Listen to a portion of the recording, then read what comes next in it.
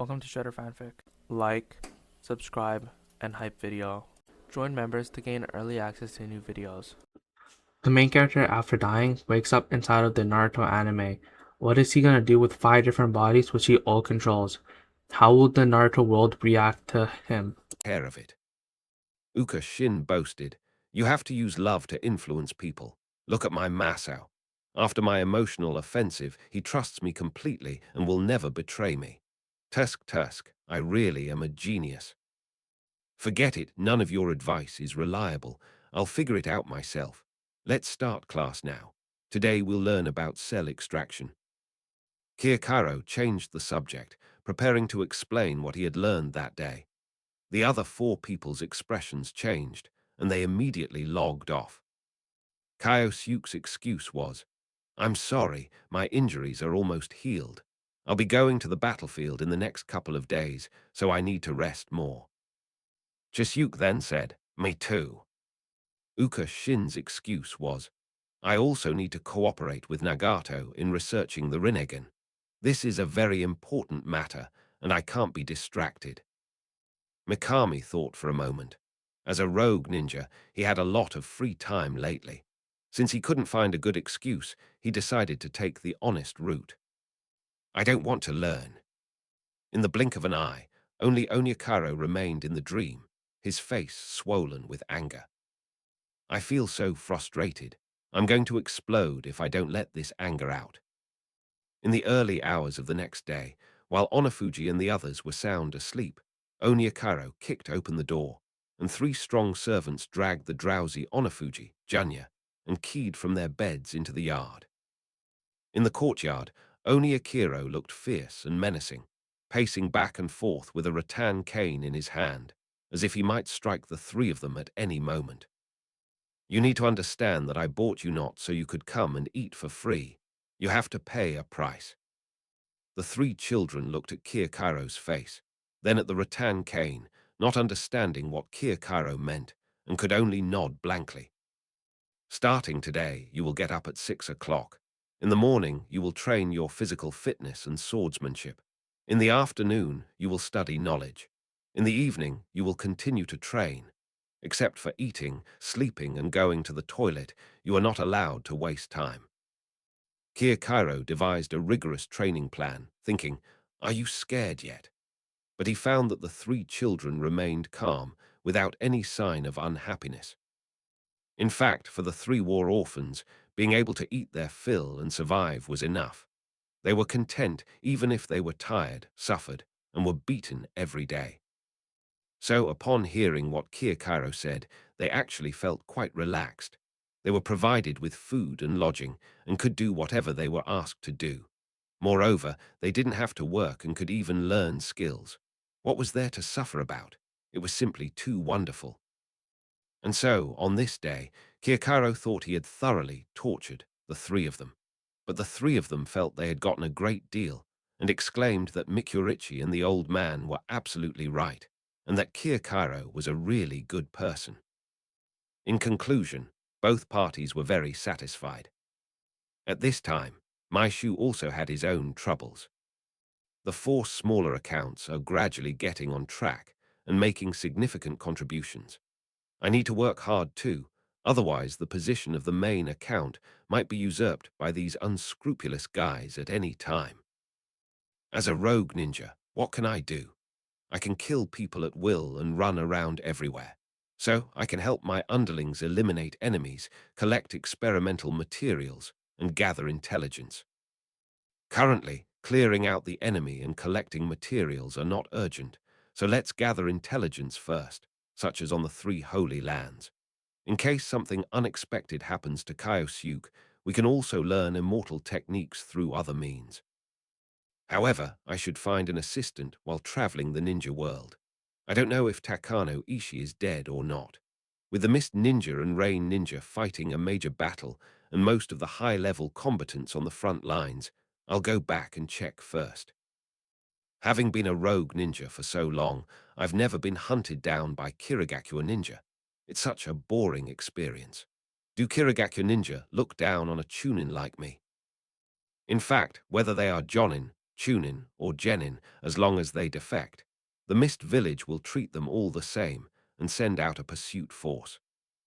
However, Momori's situation is a bit special. At first, the Mist Ninja thought that Mikami had died at the hands of the Cloud Ninja. Later, when they learned that Mikami was not dead, they also thought that Mikami had hidden away to heal his wounds. Later, seeing that Miss Hu had not returned to the village for a long time, it was uncertain whether Miss Hu had defected. By the time it was confirmed that Miss Hu had defected, the Mist Ninja had already started a war with the Cloud Ninja, so they temporarily stopped paying attention to Miss Hu. Upon reaching the seaside, Momori used his transformation technique to become Rukawa Kid and boarded a ship bound for the land of water with the crowd.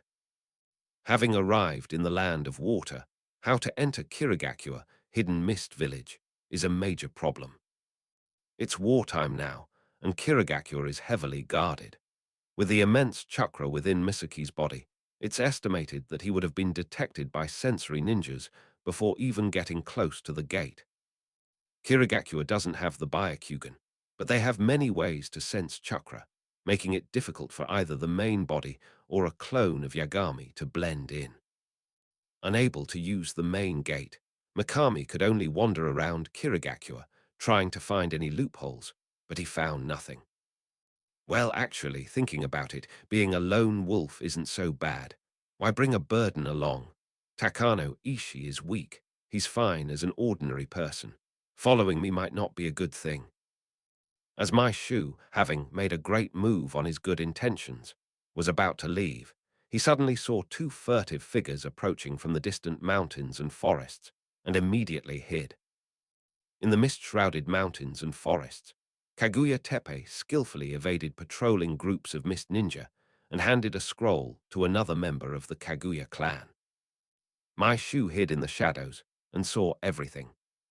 Tusk, the Kaguya clan meeting so secretly, they're probably plotting a rebellion. However, Mikami had no good impression of either the Kaguya clan or the Kirigakura, so he didn't plan to do anything. Quietly following behind Kaguya Tepe, Mikami successfully infiltrated Kirigakura and then sent out a shadow clone to investigate Takano Ishii's situation. Grandma, want to buy some fish? Fresh, live fish, please. In a market, Takanoshi loudly solicited business, not letting any passerby slip by, but business was very bad due to the impact of the war. Hey, Kono Ishii, why aren't you at the Ninja Academy? Yes, you're supposed to be a ninja, so why are you selling fish with us? Have you heard? Only one student from this year's class survived. Look at him, Takano Ishii is a smart guy. He dropped out of school early, otherwise he would have died too. Pa, what a coward. He ignored the constant taunts and sarcastic remarks from those around him. The heavy pressure of life left him no time for sadness or grief. Moreover, he believed that person would definitely appear because he had promised. This was a promise his brother had made with his life, and even if Takano Seki was deceiving himself, he didn't want to give up his illusions. Chapter 85. I am Rukawa Kid. After observing for a while and finding no danger, Mikami's shadow clone appeared, walked to Kono Ishii's stall, and reached out to grab a live fish. This fish isn't fresh, it's dead. Dead fish are worthless. You're being naive to think someone will buy it. Upon hearing the familiar voice, Takano Ishii looked up, surprised to see the stranger in front of him, and then answered in a firm tone. Even a dead fish can have its value. As long as I keep going, I'll eventually find someone to buy it. The shadow clone dropped the fish and looked into Takano Ishii's eyes. Every choice comes with a price. Are you sure you want to stick with it? Kanoshi nodded decisively. I'm sure. The shadow clone chuckled, said nothing more, turned and left, quickly disappearing into the crowd. Kono Ishii wanted to speak, but suddenly realized that the situation was not suitable, so he suppressed his anxiety, pretended that nothing was wrong, worked all day, and then hurried home. Why is nobody here? Seeing the empty little house, Takano Ishii's mood quickly plummeted. He thought that Momori would come looking for him. However, he quickly composed himself. It's okay, he will definitely show up. I absolutely cannot live an ordinary life. In a bustling restaurant, Misato was eating grilled meat when he received information about his shadow clone. Tusk Tusk, Takano Ishii, you're so adorably silly. I need someone like you. After finishing his barbecue, my Shu walked onto the street and saw two familiar faces. Kisame Hoshigaki and Rinko Terumi, why are they together?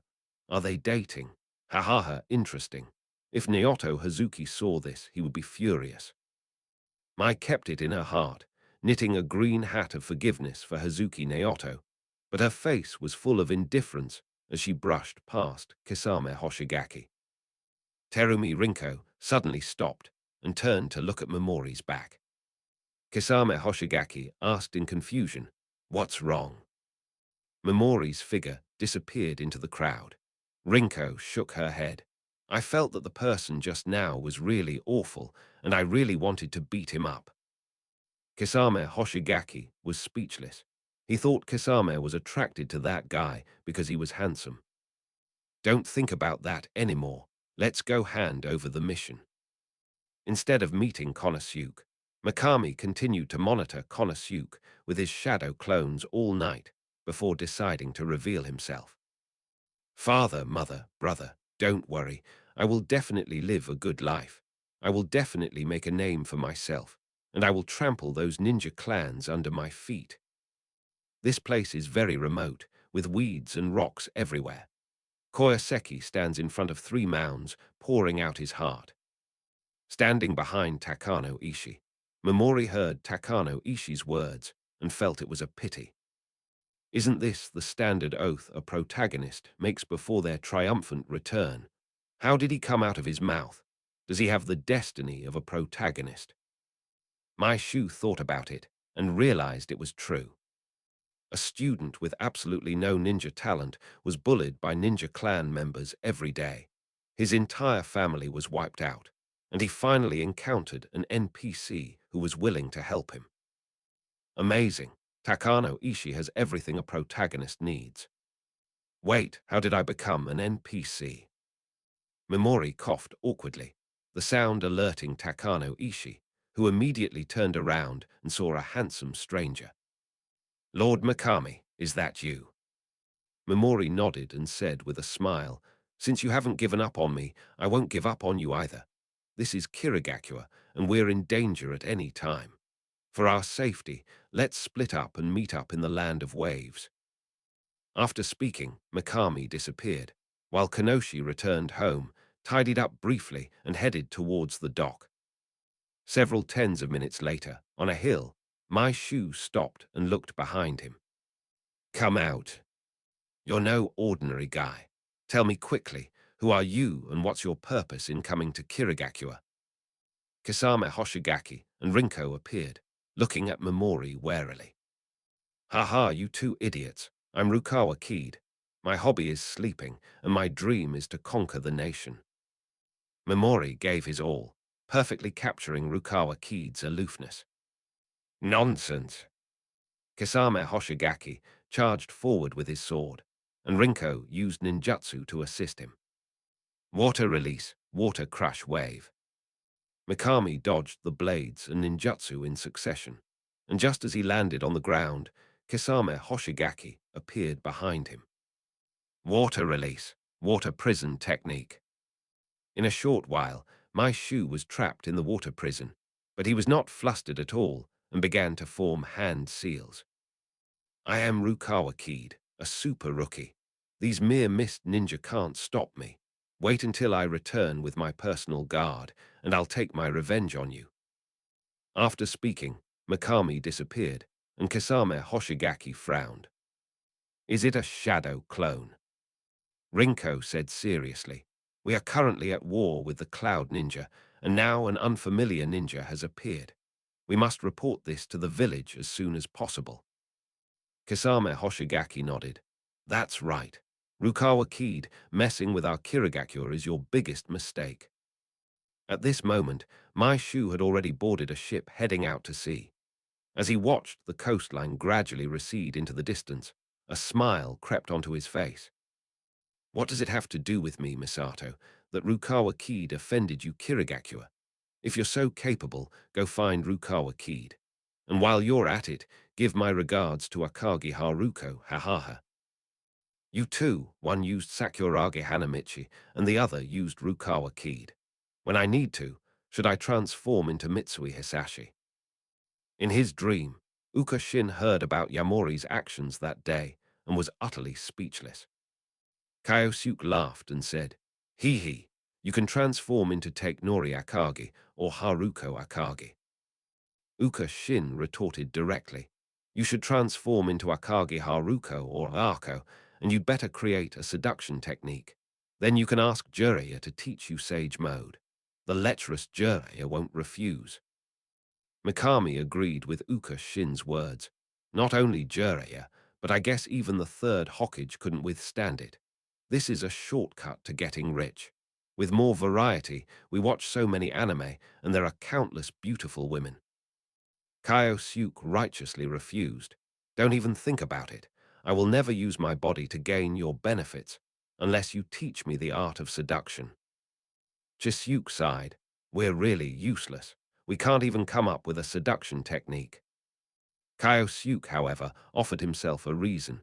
This shows we're upright and don't have so many ulterior motives. By the way, Chisuke, is your injury almost healed? Have you taken any action? Chisuke immediately said, There really is. I heard from Yakura that the Sand Village has suffered too many casualties during this period of war, so the Kazekage has decided to directly contain the main force of Konoha and has sent me to lead a team to attack Konoha's rear supply lines. I estimate that the order will be given in the next few days. Uka Shin asked curiously, Why you? Chisuke explained, Because I can use Shukaku's chakra, I have a long battle endurance. In addition, the Kazekage and the others had to maintain the front line, so they sent me. Upon hearing this, Kyosuke immediately perked up and offered his suggestions. Hey, how about we team up? You've caused enough trouble, then I'll defeat you. That'll increase my prestige a lot. Chisuke flatly refused. You idiot. How can I, a Jinchuriki, be defeated by a Chunin like you? How can I face anyone back home? Besides, if you reveal your full strength, you'll arouse suspicion. Don't forget, you've also offended Danzo. Kyosuke felt some regret, but he didn't give up on his idea. Yes, that's a real shame. Well then, how about this? I'll find an opportunity to rescue a few Konoha ninjas from you. That should be acceptable, right? Chisuke agreed. No problem, as long as we cooperate well, no one will suspect us. At this moment, Kyokairo interjected. By the way, if we encounter a ninja with a bloodline limit, we should take advantage of them. I need to purchase research equipment, such as the Rinnegan and Byakugan. Find me materials quickly. Kyosuke frowned when he heard Kyokairo's request. This is somewhat difficult. There are special units on the battlefield responsible for clearing out the bodies. One of their duties is to recover the bodies, especially those of bloodline limit ninjas. If a body disappears without explanation, they will also record and investigate it. Chapter 86. Why did the Hokage do this? Besides, the Hyuga ninjas on the battlefield are mostly from the branch family, and they have all been sealed with the caged bird seal, so there is no way for them to obtain the Byakugan. Upon hearing Kyosuke's words, Kyokairo knew things were going to get complicated, so he could only say, Then you shouldn't do this. Just focus on accumulating merit and building up your power. Once you control the two great ninja villages, we'll have everything we want. At this moment, my Shu volunteered, saying, Don't worry, leave this to me. There are so many bloodline limits in the ninja world.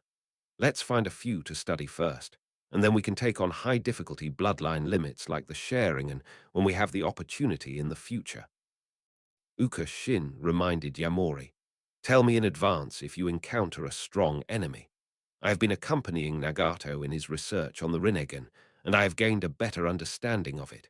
With the support of the tailed beast's chakra, we should be able to utilize some of the Rinnegan's combat power. Including my shoe, the other four nodded in agreement. Don't worry, we won't forget the Rinnegan when needed. As the sun rose, Chisyuk looked down to examine his wound. After treatment by the medical ninja, the horrific wound on his chest has turned into a shallow scar. The five elements sealing technique left behind by Orochimaru was completely destroyed through the combined efforts of Shukaku and the sealing team. Sensyuk, the Jinchuriki of the one-tailed beast, is about to make a dazzling appearance once again. Following behind the Sand Ninja, Sensyuk saw the third Kazekage again. On the surface, the third Kazekage appeared to be in good condition, with no external injuries. However, considering that the third Kazekage was adept at concealing his injuries, Sensyuk was unsure whether the Kazekage was injured, or how serious his injuries were. Seeing Chisyuk enter, Kazekage smiled gently. Chisyuk, you've come. Sensyuk stood ramrod straight and shouted, Kazekage-sama, Jinchuriki Sensyuk has fully recovered and requests to go into battle. I'm going to teach those stupid Konoha ninjas a lesson. Ah, Chisyuk, he's still so loyal and reliable.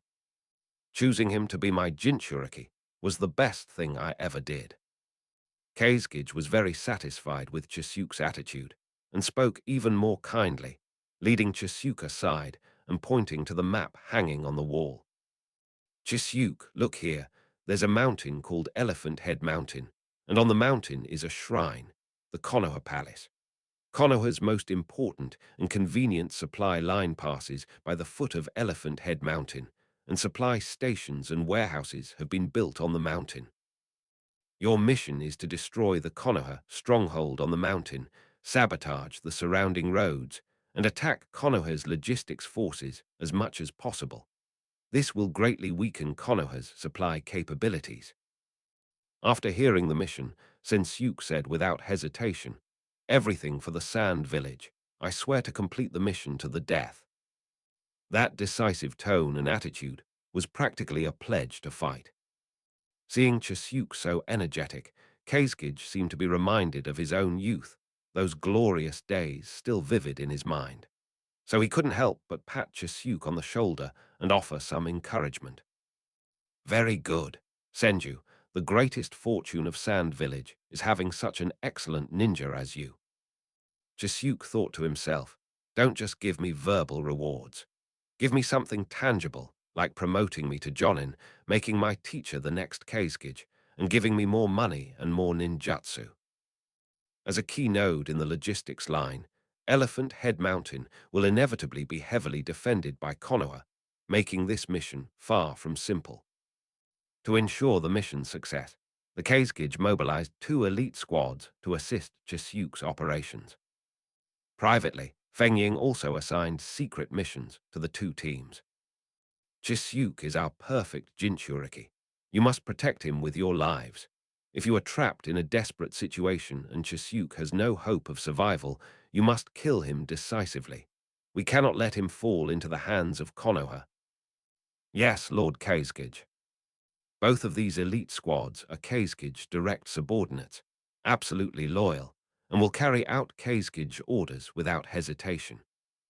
After secretly departing from the camp, Senju and his group spent 2 days bypassing the Konoha ninjas' defenses, turning from the north to the southeast, and heading towards Elephant Head Mountain. Along the way, they deliberately traveled through the most dangerous and uninhabited areas, preferring to spend more time rather than be discovered by the Konoha ninja patrols. A few days later, just as they were about to reach Elephant Head Mountain, Kyosuke received some terrible news. Minato Namikaze's squad depart tonight to enter the Land of Wind, harass the Sand Village's rear, cause as much damage as possible, and weaken the Sand Village's resolve to fight. In the Konoha camp, the Hokage's voice was somewhat hoarse as he gave orders to Minato Namikaze's team. In the past few days, in order to cover Sensyuk's actions, the Kazekage launched a large-scale attack, putting heavy pressure on Konoha.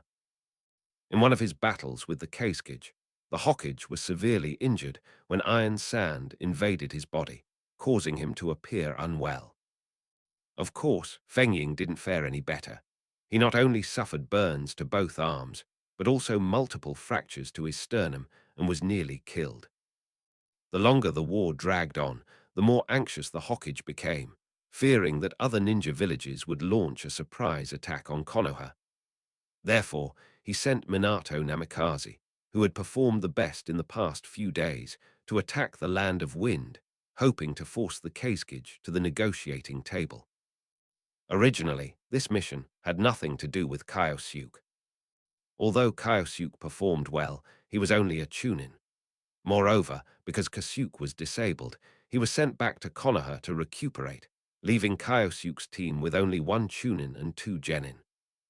With such strength, sending them out would likely result in total annihilation.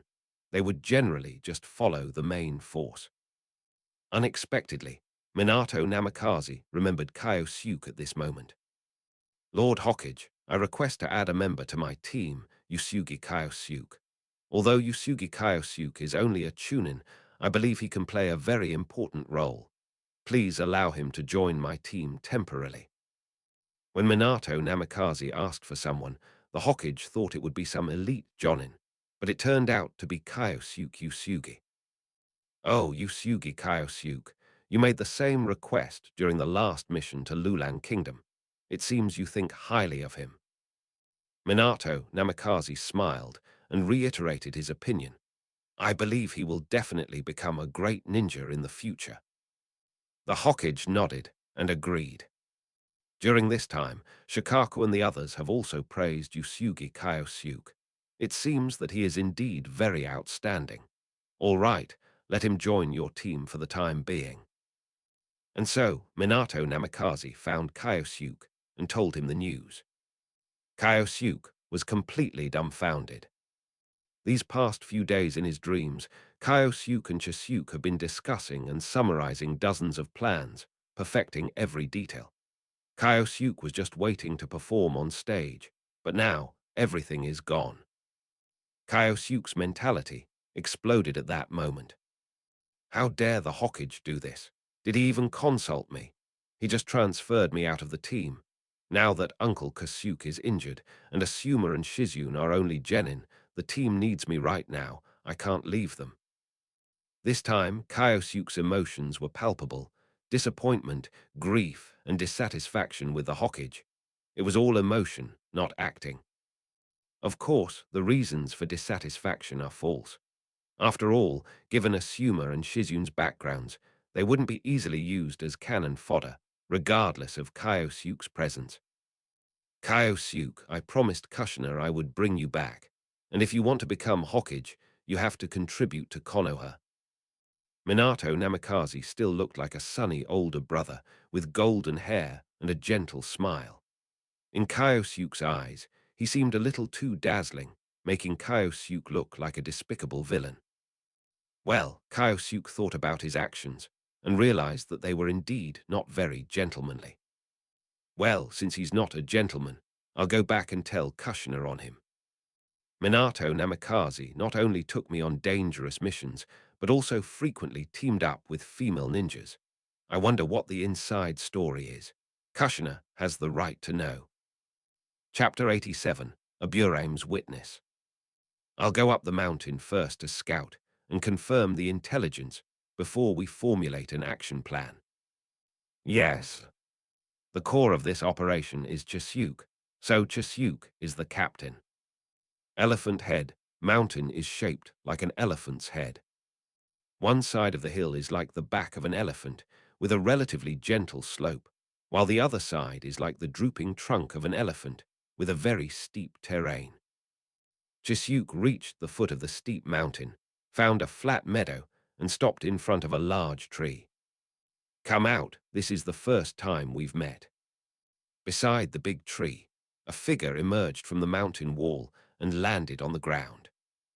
Chisuke, you're even darker than in a dream. If I hadn't heard your voice, I wouldn't have been able to find you. You must have some kind of talent. Chisuke laughed and said, Likewise, your blue eyes look like a ghost at night, but they're not a bloodline limit. It's really disappointing, Yamori. Thinking about what had happened in the past few days, my Shu couldn't help but shake his head. Kaiosuk was so eager to cooperate with you a few days ago, but he ended up being assigned the mission of raiding the Land of Wind. You two have been stealing each other's bases. Thinking of Kaiosuk's irritable state in his dream, Chisuk couldn't help but laugh. He's in pain because he lost his chance to be a hero, but you came fast enough. All my efforts to buy you time weren't in vain. Memori, however, remembered something else and said seriously, Kaiosuk said there seemed to be Uchiha clan ninjas here. If we have the chance, let's take the sharingen. Kiyakaro's preparations are almost complete, and we should need experimental subjects. Chisuk shook his head helplessly. We'll see. This is Konoha's home ground. We don't have any advantage, and the chances of success are not high. After refining some details, the two separated. Mikami hid in the shadows, looking for an opportunity, while Chisuk began to climb along the cliff. As they approached the summit, Chisuk stopped and began to wait. According to Kaiosuk's introduction, the commander here should be Ogawa Tomohiro, an elite jonin who is skilled in fire release and wind release, and commands about 5 to 7 squads of ninjas. Of course, in order not to arouse suspicion, Kaiosuk did not deliberately collect information about Elephant Head Mountain, so this information is all hearsay and may not be accurate. However, Kaiosuk still played a huge role, telling Sensuke about Konoha ninjas' usual patrol methods, defensive formations, types of traps, and so on. After waiting for a while, Sensuke felt that it was time for the Konoha ninja to change shifts, so he immediately created a shadow clone and went to the mountaintop to scout the situation. Luckily, we weren't spotted by the patrol. Mount Elephant Head is quite large. The shadow clone saw a palace on the mountain with many lights shining and knew that it was the Konoha ninja's residence, the Golden Sword Hera Palace. Carefully avoiding some traps, the shadow clone slowly approached the Golden Sword Hera Palace. The deity enshrined at Kotohiragu Shrine is Kanpira, so it must be quite popular. The shrine is very grand, with 1,000 stone steps leading up to the pilgrimage site. The shadow clone dared not walk on the stone steps, but instead followed the mountain path beside the steps to the outer wall of the palace. After confirming that there were no traps around, the shadow clone jumped onto the roof of the building and arrived at the innermost shrine. Along the way, the shadow clones recorded the terrain, the number of Konoha ninjas, and the locations of the traps that had been discovered. Inside the shrine, beneath a grotesque four-eyed, four-armed statue, Ogawa Tomohiro is meeting with an old friend, while his shadow clone listens from the rooftop, hoping to glean some new information. Ha, you still prefer to act alone after all these years. You're such a loner. Hearing Ogawa Tomohiro's teasing, Aburame Shio calmly replied, I prefer spending time with insects to people. If you don't change your personality, you'll probably have a hard time finding a wife. I'm already engaged. What? A guy like you already has a fiancé? My God, this world is so unfair. Lying on the roof, the shadow clone listened for a long time, but didn't hear any useful information, and couldn't help but complain inwardly. You too, there's no one else around. Why are you so wary? Tell me about your missions. It was almost dawn when the shadow clone deliberately dispelled the clone technique and disappeared. At the spot where he disappeared, several small insects hovered back and forth. There are enemies around. Give chase immediately. As soon as the shadow clone disappeared, Aburame Shiki immediately stood up and looked up at the ceiling with a serious expression. What is it? Who is it? Ogawa Tomohiro was very surprised and became wary. Aburame Shiki's voice was very serious. I don't know who the enemy is, but the insects are very afraid of his chakra, so the enemy must be very strong. Ogawa Tomohiro snorted coldly. Damn it, it must be Sand Ninja. Luckily you passed by today, or we would have been in danger. Where are the enemies? Let's go and take care of them. We can't let them destroy this place. Don't worry, the insects have expanded their search area and should have some results soon. Shikia Buraim was very confident in her ability to detect insects. At this moment, Sensyuk received information about the shadow clones and confirmed that there were no traps here. He then prepared to return to meet up with the Sand Ninja and discuss how to attack that night. In the sky, inconspicuous insects flew around, silently following behind Chisyuk. After walking for a while, Chisyuk frowned. I have this feeling that someone is watching me. Is it just my imagination? There's no one around. I've transmigrated into the world of Naruto, not a supernatural one. This is the darkest hour before dawn. Chisyuk looked around, but found nothing unusual. However, he was not going to let it go so easily. Only by being careful and cautious can one live a long and healthy life. Shadow clone technique. Chisyuk created several shadow clones, which fled in different directions, hoping to dispel the vague unease in his heart. Unbeknownst to him, behind each shadow clone, a swarm of insects swarmed. These insects cannot distinguish between the shadow clone and the real body, but there are so many of them that they will track both the shadow clone and the real body. Inside the temple, some insects flew in through the window. Aburame Shiki stretched out his hand, and the insects flew onto his hand, transforming into a string of symbols. The bugs have sent word. Target detected. Let's go. It is good. Ogawa Tomohiro left a team behind to guard the area, while he led the rest of the group in pursuit, preparing to eliminate this unknown threat as quickly as possible. To reunite with the Sand Ninja, Sensyuk needed to draw an arc around Mount Elephant Head, so Shiki and the others quickly intercepted him. I've been spotted. Hey, who was spying on me just now? Seeing the Konoha ninjas surrounding him, Sensyuk wasn't too afraid. After all, there weren't any Sanin-level fighters here. Ogawa Tomohiro didn't answer the question.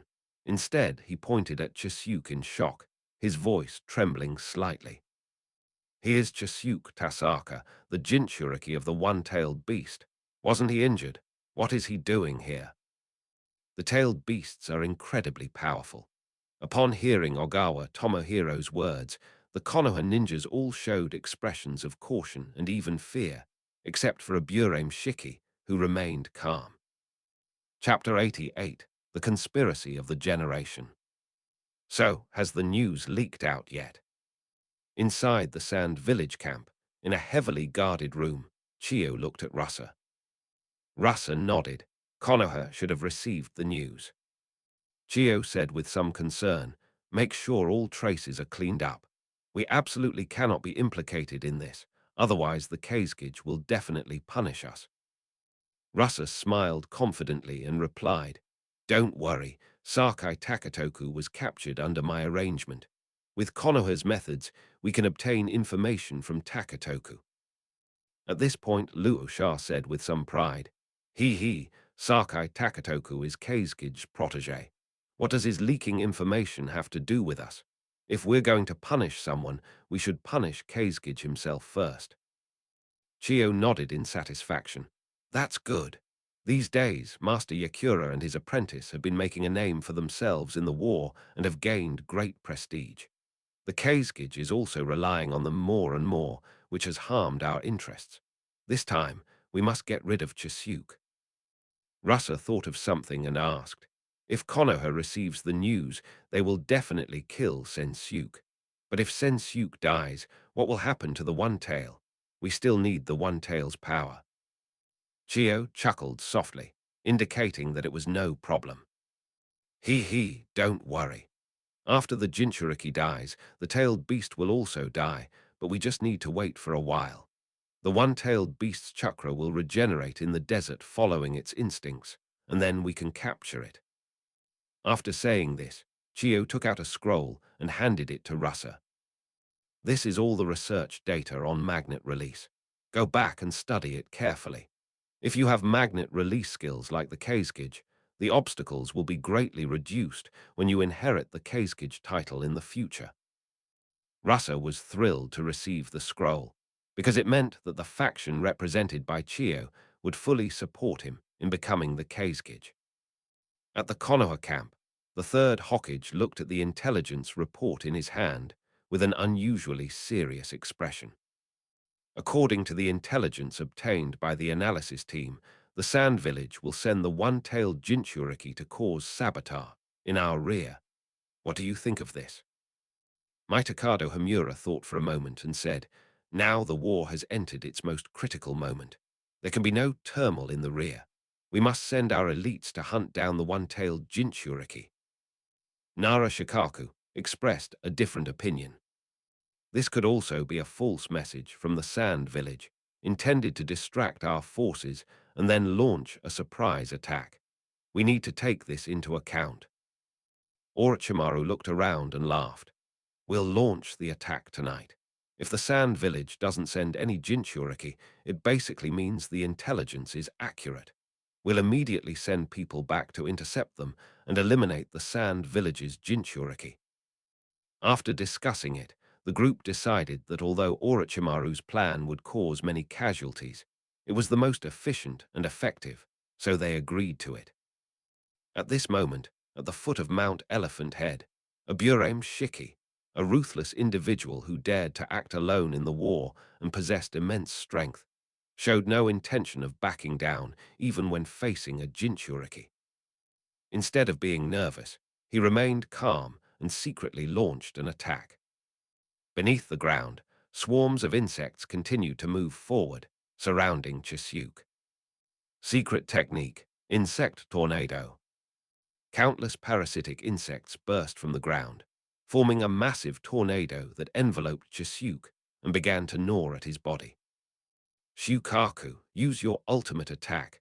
I was wondering why I felt like someone was following me, but I couldn't see anything unusual. It turns out it's a ninja from the Aburame clan. Their insects are really troublesome." The moment he was attacked, Chisuke entered tailed beast mode. Shukaku appeared and roared, slapping away the parasitic insects. "Kid, stay inside me this time and don't show your face. I'm going to have some fun this time, so don't drag me down again." Shukaku emerged and immediately began to complain. Clearly, Shukaku was very dissatisfied with the fact that Sensuke had been sealed away by Orochimaru, which had prevented Shukaku from emerging for a long time. "Oh dear, Shukaku rejected me. I'm the one who's a kid. It's not my fault I can't beat Orochimaru." Chisuke retorted softly, lacking confidence, but still obediently fell into Shukaku's body. After all, the power of the tailed beasts is immense, but Chisuke, being such a burden, always drags Shukaku down, which makes Chisuke feel somewhat embarrassed. Yes, the enemy is very cautious. You guys quickly spread the word that there are spirits here. Elephant Head Mountain can't hold out. Organize the retreat. I'll do my best to buy time. Seeing that Shiki Aburame had no intention of retreating, Ogawa Tomohiro considered staying, but he was truly powerless against the tailed beasts, and staying would only become a burden to Shiki Aburame. "Take care." Filled with self-reproach and guilt, Ogawa Tomohiro bid farewell to Aburame Shie and left with his men. "None of you are leaving, tailed beast ball." Shukaku was very excited to appear this time and wanted to cause a lot of destruction. He directly condensed a tailed beast ball, preparing to eliminate the troublesome guy in front of him in one fell swoop. Damn it, this level of chakra concentration is simply impossible to resist. How did this guy manage to cross over to the front lines? The retreating Konoha ninjas heard the commotion behind them, turned around, and saw the tailed beast ball about to take shape. They were terrified and at a loss, having no way to deal with it. "Don't even think about succeeding, you giant insect, you worm-eaten beast." Aburame Shiki formed hand seals and activated the insects that had invaded Shukaku's body. These insects absorbed Shukaku's chakra and quickly swelled to the size of a house. They emerged from Shukaku's neck and abdomen, creating two large holes from which countless grains of sand fell. Boom! Because of the attack on his neck, Shukaku's tailed beast ball missed its mark, grazing over the heads of the Konoha ninjas and flying behind them, hitting the mountainside of Elephant Head Mountain. The mountain collapsed rapidly, creating a huge gap, and countless stones fell, forming a rocky wasteland. Hey, Shukaku, you're too weak. Your body is so flimsy that even a bug can easily pierce through you. You're disturbing my rest. Chisuke poked his head out from the large hole in Shukaku's neck and began to complain. This time, he really intended to rest inside Shukaku's body, letting Shukaku do as it pleased outside. After all, this is the land of fire, and there are no sand ninja around, so Shukaku can do whatever he wants without any problems. Sensuke even plans to take a nap inside Shukaku's body. Unexpectedly, the insect burrowed into Shukaku's body. Although it did not attack Chisuke, it still disturbed Chisuke's rest. Upon hearing Chisuke's words, Shukaku immediately became displeased. If you weren't so weak, limiting my power, I wouldn't be in such a sorry state. You stay put and don't bother me. As he spoke, Shukaku opened its two claws and suddenly grabbed out the worm inside its body, bursting it open. Secret technique, insect cloud. Countless insects flew out from Shikibure's body, forming a dense black cloud that directly covered Shukaku's body. Of course, insects can hardly harm Shukaku. Shikibure did this to obscure Shukaku's vision and buy her companions time to escape. Chapter 89. Where is my Sharingan? The dense swarm of insects not only obscured Shukaku's vision, but also crawled on his body, biting and sucking his chakra, but Shukaku didn't care at all. HMPH, what a boring trick, it can't hurt me at all. Practice blank shots. Shukaku opened its mouth and spat out an air blast, scattering the insects. Then, with a sinister grin, it used its tail to smash Abure's Shiki to pieces. Abure's Shiki's shattered body transformed into countless insects that scattered in the air. That's an insect clone. His real body ran away a long time ago. Oh well, do whatever you want. Just destroy as much as you can and kill as many Konoha ninja as you can. Just remember to destroy this mountain. Anyway, Konoha's reinforcements won't arrive so quickly. Chisuke gave a brief instruction, then entered Shukaku's body to rest and stopped speaking. Now that Shukaku is free, he hunts down Konoha ninjas, destroys buildings and roads, and makes a mess of the surrounding area. Which one is the Uchiha ninja? It's not you, it's not you, it's not you either. Ah, I found you, it's you. Mikami infiltrated the Elephant Head Mountain Shrine and used shadow clones to search for Uchiha clan ninjas. By analyzing the memories of the shadow clones, Mikami finally found his target. However, the ninja team on the mountain looked very strong, and Misato wasn't confident he could easily defeat them, let alone take their Sharingan. So Mikami lay low, waiting for Shukaku to wreak havoc, and then seized the Sharingan amidst the chaos. Soon, a huge sound came from the foot of the mountain, and the earth shook continuously. When Mikami turned around, he saw Shukaku wreaking havoc, throwing ninjutsu everywhere as if it were free. The Konoha squad inside the temple also discovered Shukaku's presence. Seeing Shukaku's immense destructive power in arbitrarily altering the terrain, they were deeply shocked and terrified, completely at a loss for what to do, leading to some confusion. Captain, that's a tailed beast, right? Should we go and support Captain Ogawa? The tailed beasts are too powerful. We should retreat immediately, send out the message, and ask the Hokage for help so that he can send people to surround and kill the sand ninja Jinchuriki in time. Otherwise it will cause even greater losses. No, our orders are to stay here and not leave our posts. Faced with the sudden appearance of Shukaku, the Konoha ninjas each had their own thoughts, and at this moment it all depended on how the captain decided. The captain, a middle-aged man, glanced at Shukaku, which was getting closer and closer down the mountain, gritted his teeth, and made a difficult decision. We retreat. Shukaku is too strong. Whether we support Captain Ogawa or defend here, it's just a pointless suicide mission. As long as we get the message out in time, the Hokage will definitely eliminate the Sand Ninja Jinchuriki, and all our losses will be worthwhile. The captain's words were reasonable, and even if the others had other thoughts, they could only keep them to themselves. With time running out, the Konoha Ninja team could only destroy some classified documents in haste, neglecting the supplies stored on the mountain. Fortunately, this is just a supply line node in Konoha, not the main supply warehouse, so the supplies are not too many. Even if they are all lost, the front line will not be short of supplies for the time being. Don't leave yet. Sit a little longer. You can eat your meal before you go.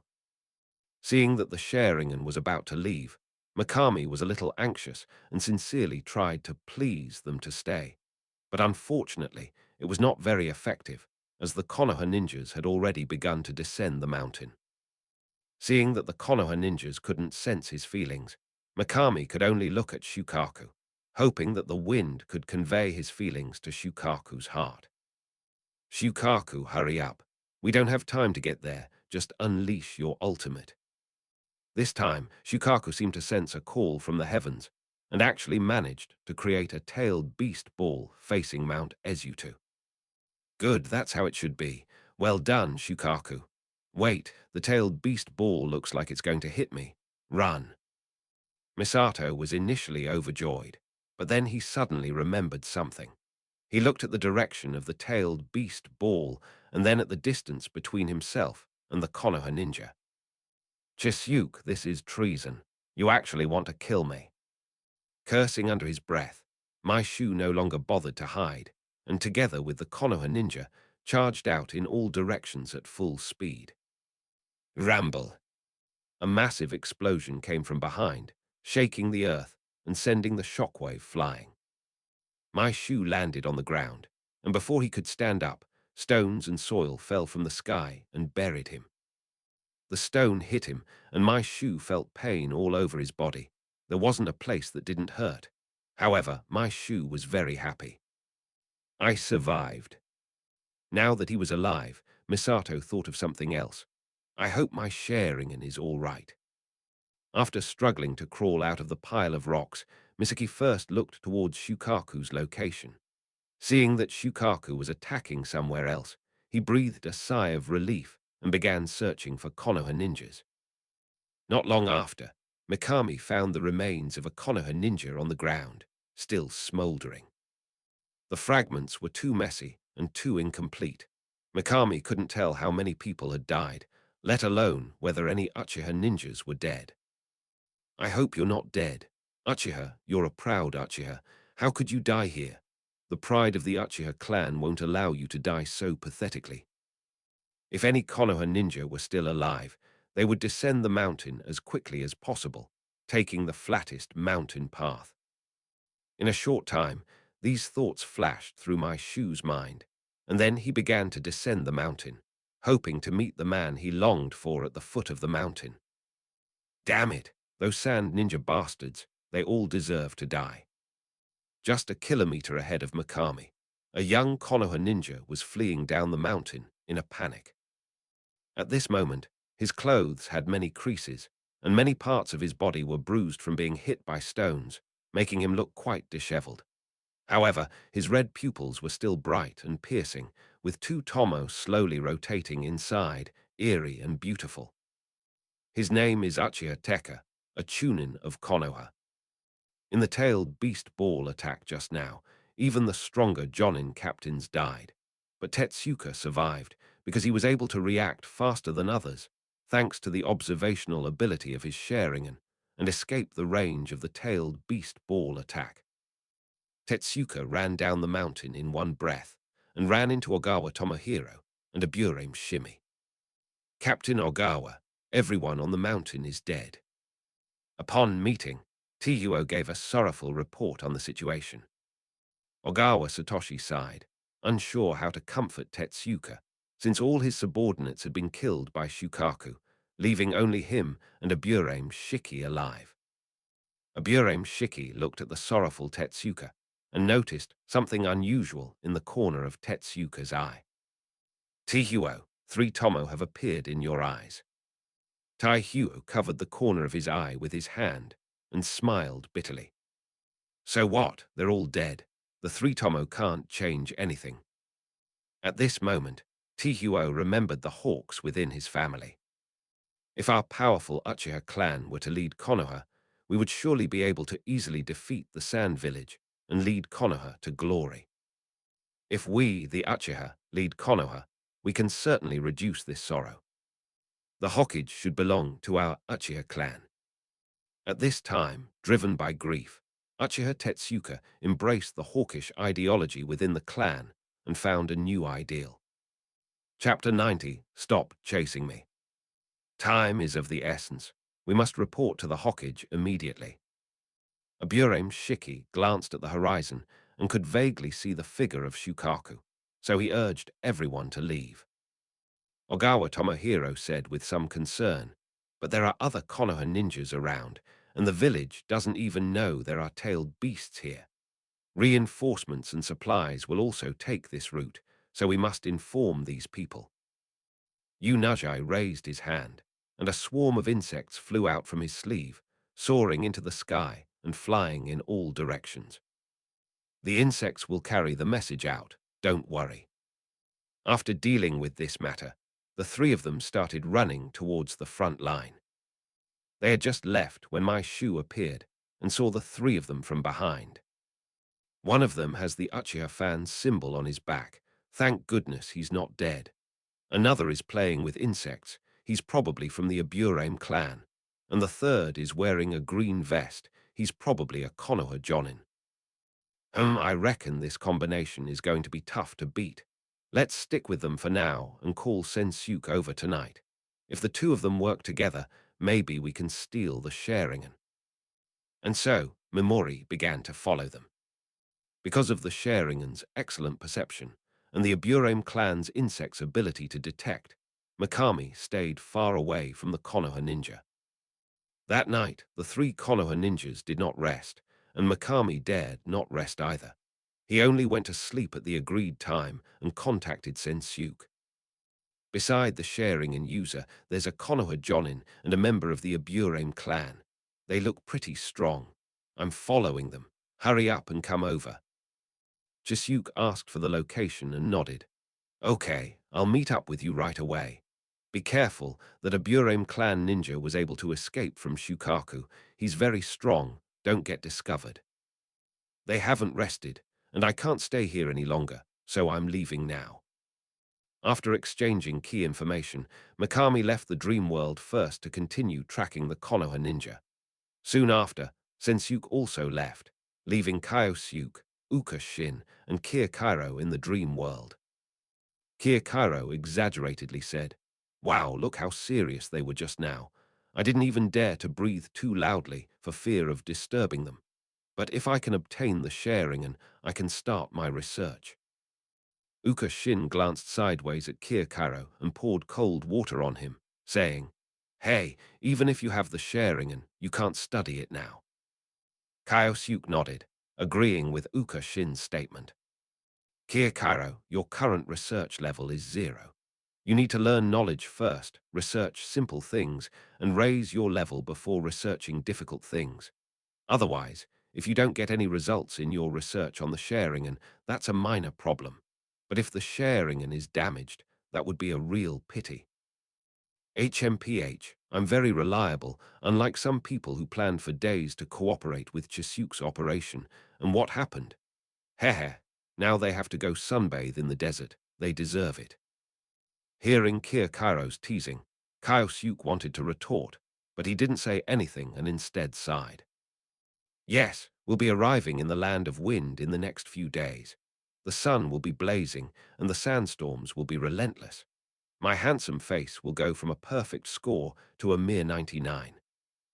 When Uka Shin first saw Kyosuke's dejected expression, he thought Kyosuke would say something, but he was still shameless, so he immediately spat out a mouthful of filth.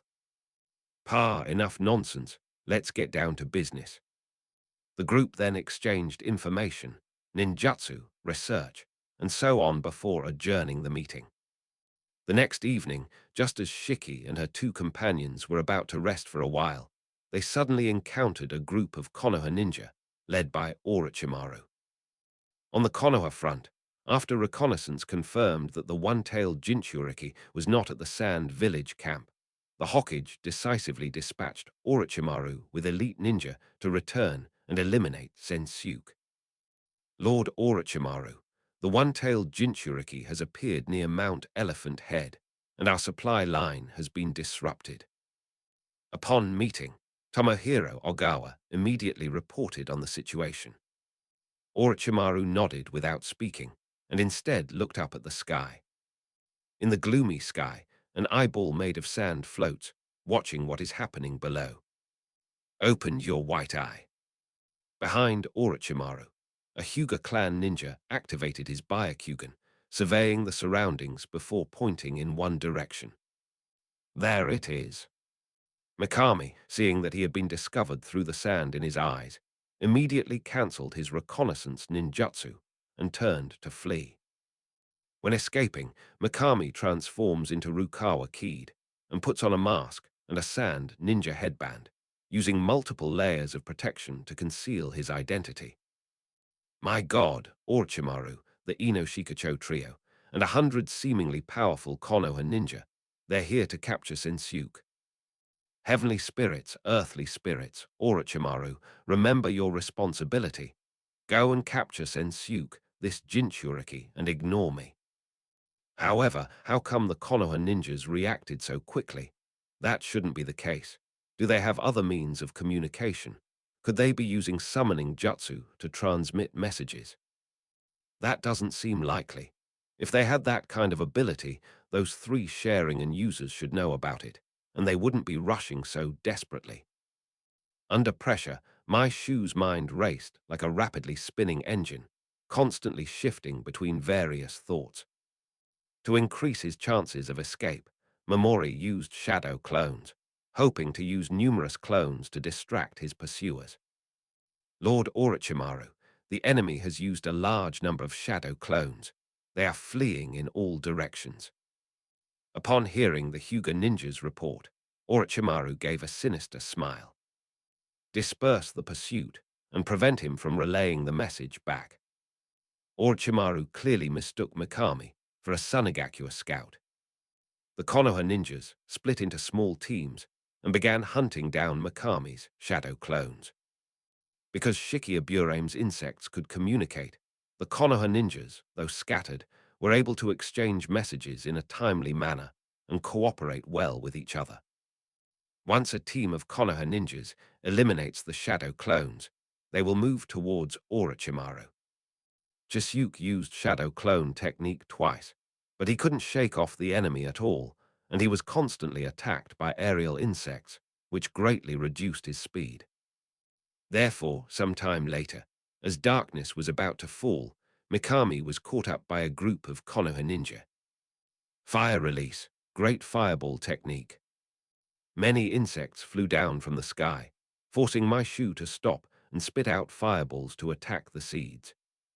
However, these insects were very agile in the air, and upon seeing the fireball, they immediately scattered, and the fireball only eliminated half of the insects. Secret technique, shadow imitation technique. On the ground, two shadows like slithering snakes rushed towards my shoe's feet, one on the left and one on the right. It's happening again, it's happening again.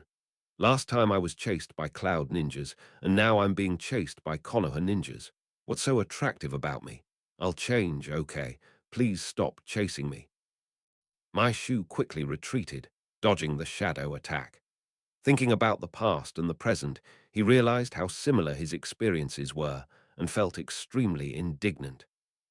Last time it was because of Oniakiro, this time it's because of Chisuke. I'm just a jungler in the team, and I always get let down by my teammates. I'm never cooperating with them again. Chapter 91, Nagato's New Ninjutsu. In the Land of Rain, in Maple Leaf Valley, the village continues to expand.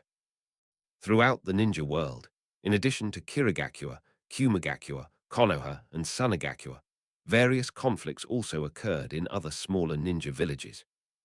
The turmoil in the ninja world quickly spread to the Land of Rain. Many unfamiliar ninjas infiltrated the Land of Rain, carrying various motives, and wreaked havoc on various settlements. During this period, the Rain Ninja traveled everywhere, driving away and eliminating these ninjas, and doing their best to stabilize the country's stability, which put a great strain on their manpower. Faced with this situation, Hanzo handed over part of the defense line to the Akatsuki organization, allowing them to contribute manpower and resources. Uka Shin was implicated and also needed to patrol the border regularly, which reduced his training time, so he was in a bad mood. On this day, Uka Shin finished his patrol mission and returned home to find Nagato waiting for him. Nagato, judging from the smile on your face, you must have made a new discovery with the Rinnegan. Nagato nodded and said with a smile, "That's right. Some time ago, information about two ninjutsu appeared in my mind. After continuous training, I finally mastered them, so I'm here to share them with you." Uka Shin was very curious. "Oh, let's go to the training ground. I want to see what kind of ninjutsu it is. Masao, keep a close watch on the house." The two arrived at the training ground outside the village, where Nagato began to explain ninjutsu. These two ninjutsu are called universal pull, which can generate attraction to draw targets to your side. The other is called Shinra Tensei, which can generate repulsive power to resist various attacks. Upon hearing Nagato's words, Uka Shin's eyes lit up, and he even mentally gave himself a voiceover. "Ding dong, your new cheat has been sent. Please check." So those are the two ninjutsu techniques. Not bad, very useful. In such a short time, he has already mastered two Rinnegan ninjutsu. At this rate, it won't be long before Nagato obtains the full power of the Rinnegan. Well, in this way, the day when Nagato surpasses Hanzo in strength should come much sooner than in the anime, and all my efforts to help him will not have been in vain. Quickly, let me see their power. Seeing Uka Shin's excited expression, Nagato smiled and threw a kunai, then extended his right hand towards the flying kunai. Universal guidance. An unseen gravitational force appeared, and the flying kunai was sent flying backwards towards Nagato. The universal pull can change the strength of gravity according to the amount of chakra consumed, so as to deal with different situations. At this moment, the kunai was already in front of Nagato, who flicked it with his right index finger. Shinra Tensei. An invisible repulsive force was generated centered on Nagato, blasting away dust, fallen leaves, and kunai. Like universal pull, the power of Shinra Tensei varies depending on the amount of chakra consumed. Moreover, this ninjutsu has some drawbacks, such as it cannot be used continuously, and it will also bounce you away if you encounter an object that you cannot deflect. Nagato explained things in great detail, almost step by step, trying to teach Uka Shin. Uka Shin listened to Nagato's words and asked a question.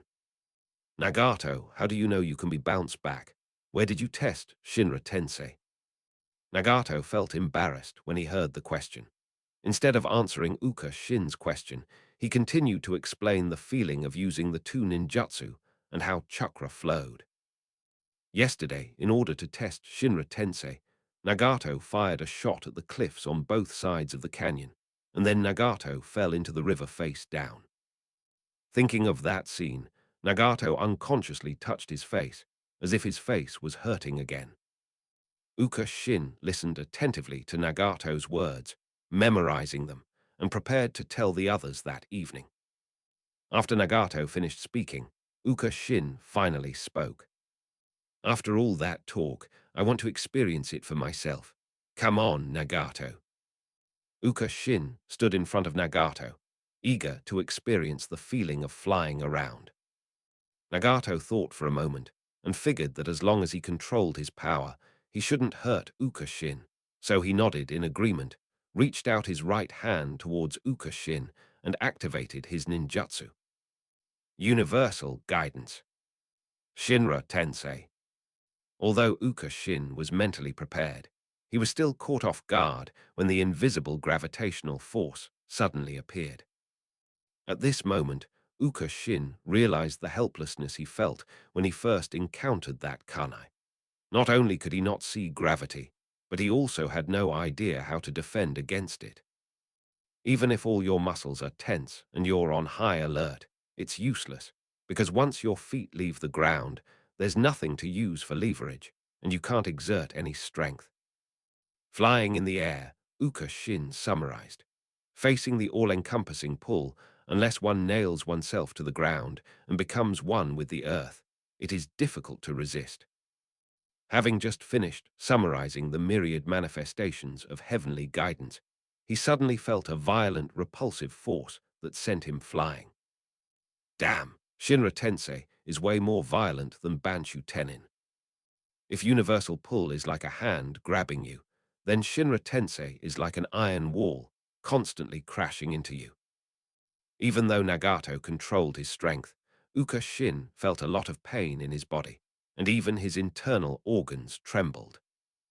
After retreating several meters, Uka Shin landed on his knees, rubbing his aching chest and stomach. Nagato walked over and asked with concern, "Shin, how are you feeling? Do you need treatment?" Uka Shin stood up, shook his head, and said, "It's all right. Only by experiencing it firsthand can you understand the value of this ninjutsu. Nagato, you're getting better and better."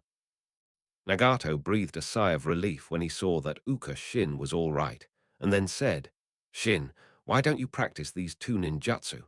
You might need them in the future." Upon hearing Nagato's words, Uka Shin paused for a moment, looking at the gentle yet seemingly meaningful smile on Nagato's face, and tentatively asked, "Nagato, what do you mean by this?" Did Nagato discover something? It's hard to say. After all, the Rinnegan is very magical, and maybe it has some abilities that weren't shown in the anime. Nagato paused for 2 seconds before replying, "It's nothing. I just feel that your training method is very special. You needed the Rinnegan in the past, and you will probably need it in the future as well." Nothing. What were you thinking about during those 2 seconds of silence? It's all those four alt accounts' fault. Whenever there's a problem, they want me to use the Rinnegan to cheat. The Nagato family members are just kind and honest people, not idiots. Of course they'll be suspicious. What should we do? Should we make up a lie? No, I haven't told a lie since I met them. I've genuinely helped them from beginning to end, and that's how I gradually gained their trust. One lie leads to countless more to cover it up, and it will eventually be discovered. Moreover, given the characters Yahiko and the others are portrayed in the anime, the truth is more likely to resonate with them. A virtuous person can be deceived by reason. Therefore, Ukashin chose to tell the truth. "Nagato, there are many things I cannot tell you right now. Things like your future, the connection between the five of us, our desire to become beings like the Otsutsuki, and so on. I do need the Rinnegan to improve my strength, but I will never covet your Rinnegan. It's true, after all, it's Madara's Rinnegan. Who knows if there are any hidden dangers? Even if there aren't, we don't want someone else's Rinnegan. We'd rather have our own." At this point, Ukanobu took a deep breath, and his expression relaxed. "I truly like you. I genuinely want to help you, and I hope for a peaceful world. If you find that I have hurt you, you can kill me at any time. I certainly like partners of justice like you. Once we stand at the pinnacle of the ninja world, we can easily unify it, and then the ninja world will be at peace. Our goals are not conflicting.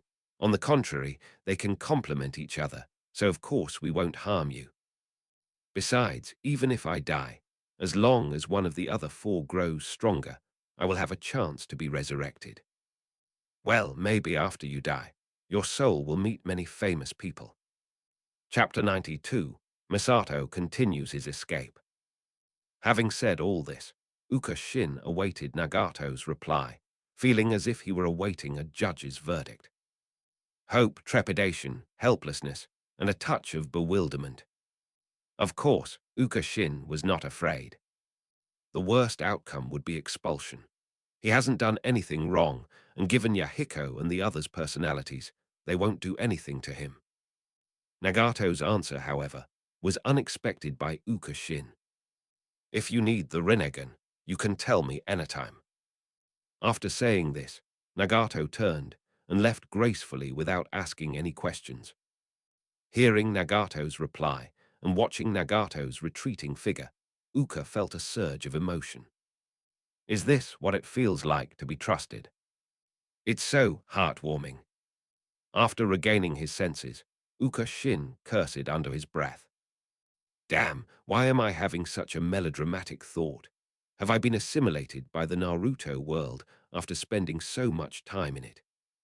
Filled with self-doubt, Shinya Uka left the training ground. The training ground was quiet for a moment, then three more figures appeared. Yahiko, Nagato, and Konan. Yahiko, basking in the joy of his successful prank, patted Nagato on the shoulder. Not bad, Nagato. Your acting was excellent. All those rehearsals weren't for nothing. You completely fooled Shin. Ha ha ha, his nervous expression just now must have been quite amusing. Zyro Nan laughed and said, if he knew the truth, he would be furious and might even go on strike. Yahiko waved his hand dismissively. It's fine, he can't beat us anyway. Besides, he's just a little kid, younger than us, yet he lectures us every day. He's so arrogant. We'll teach him a lesson this time and let him know how powerful we are. Nagato said seriously, I can feel Shin's sincerity. He is a very reliable partner. Kyusuke is being a bit too suspicious of Shin. Yahiko felt a headache coming on when he thought about the relationship between Kyusuke and Shin. Forget it, they're all reliable partners. As long as it doesn't affect unity, let them argue.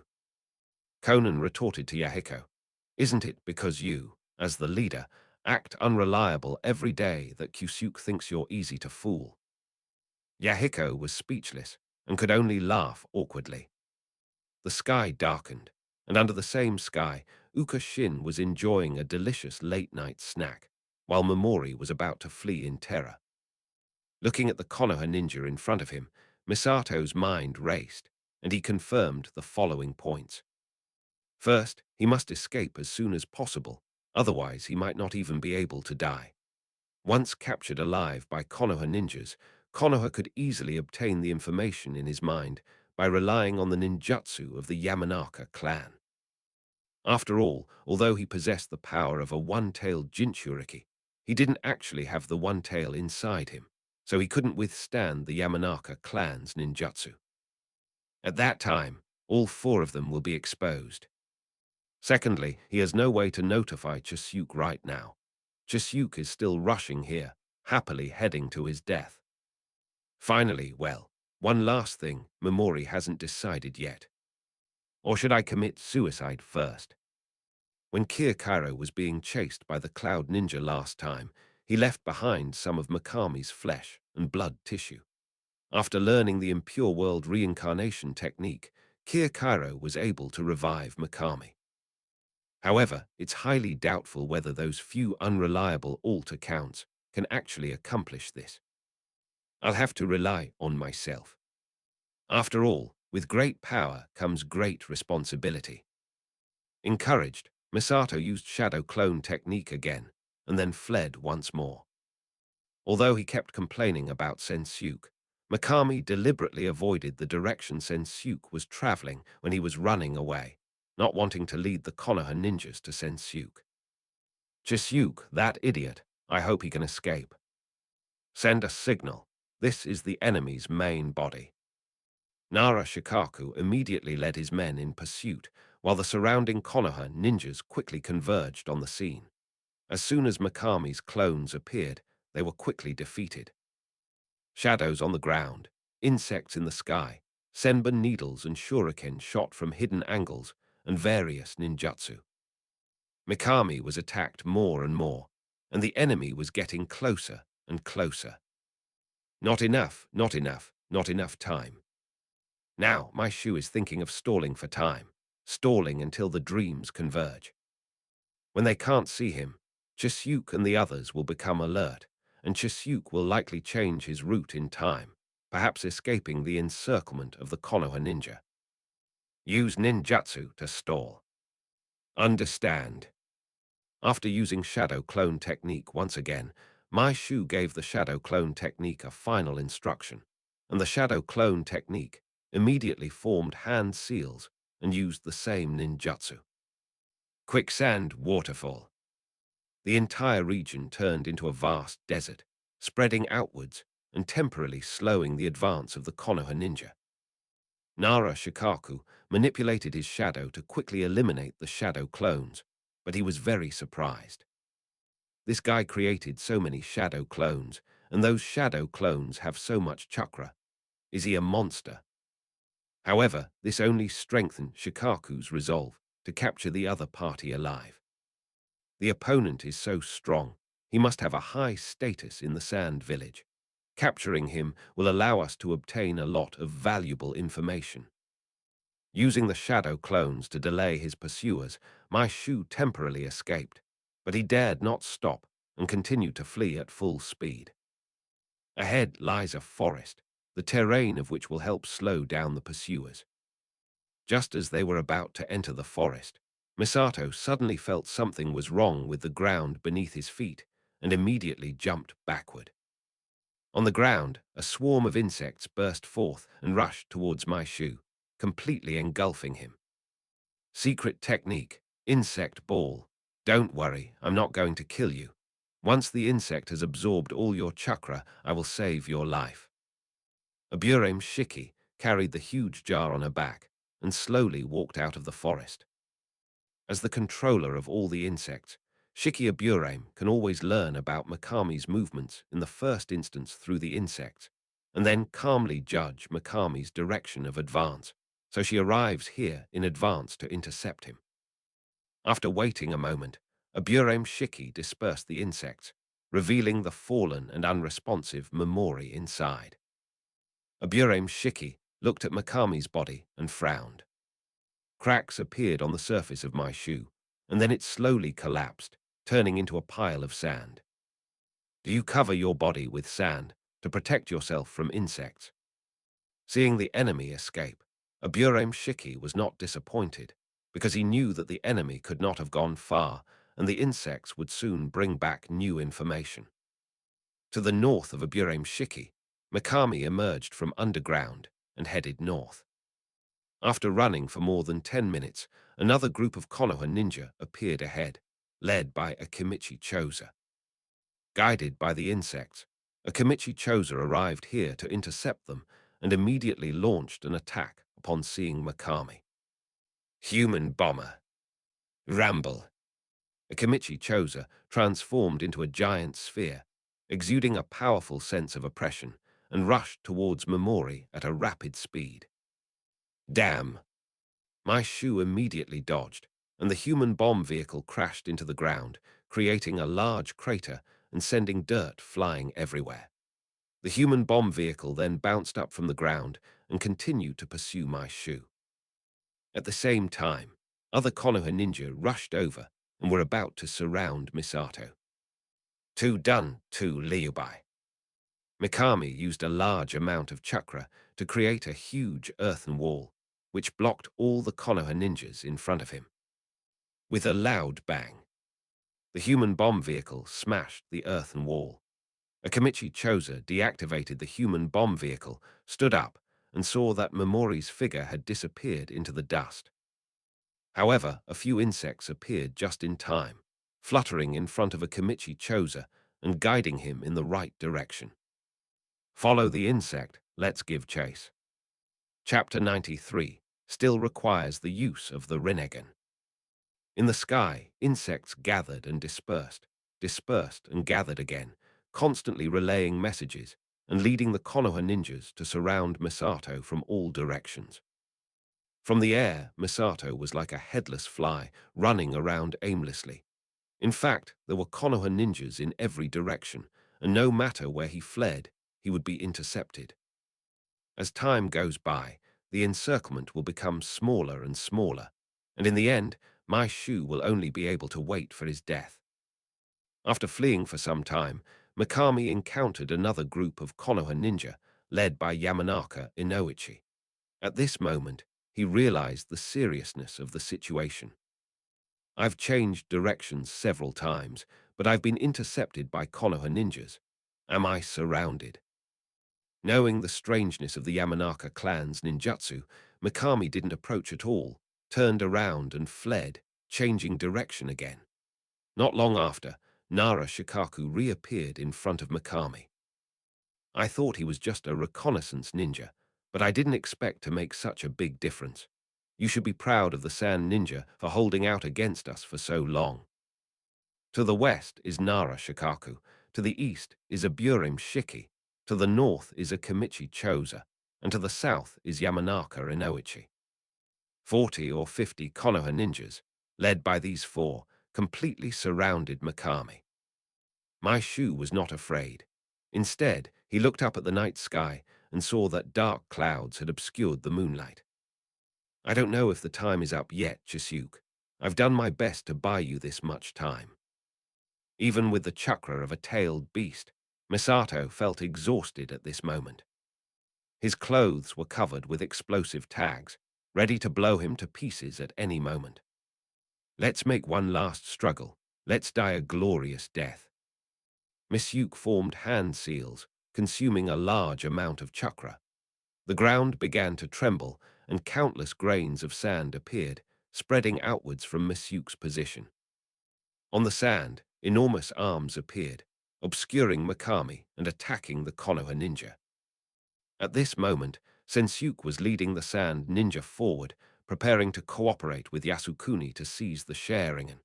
He was full of anticipation, but then he ran into Orochimaru. Because of the pursuit of Mikami, the Konoha ninjas were scattered in all directions, so Orochimaru only had 20 or 30 Konoha ninjas by his side.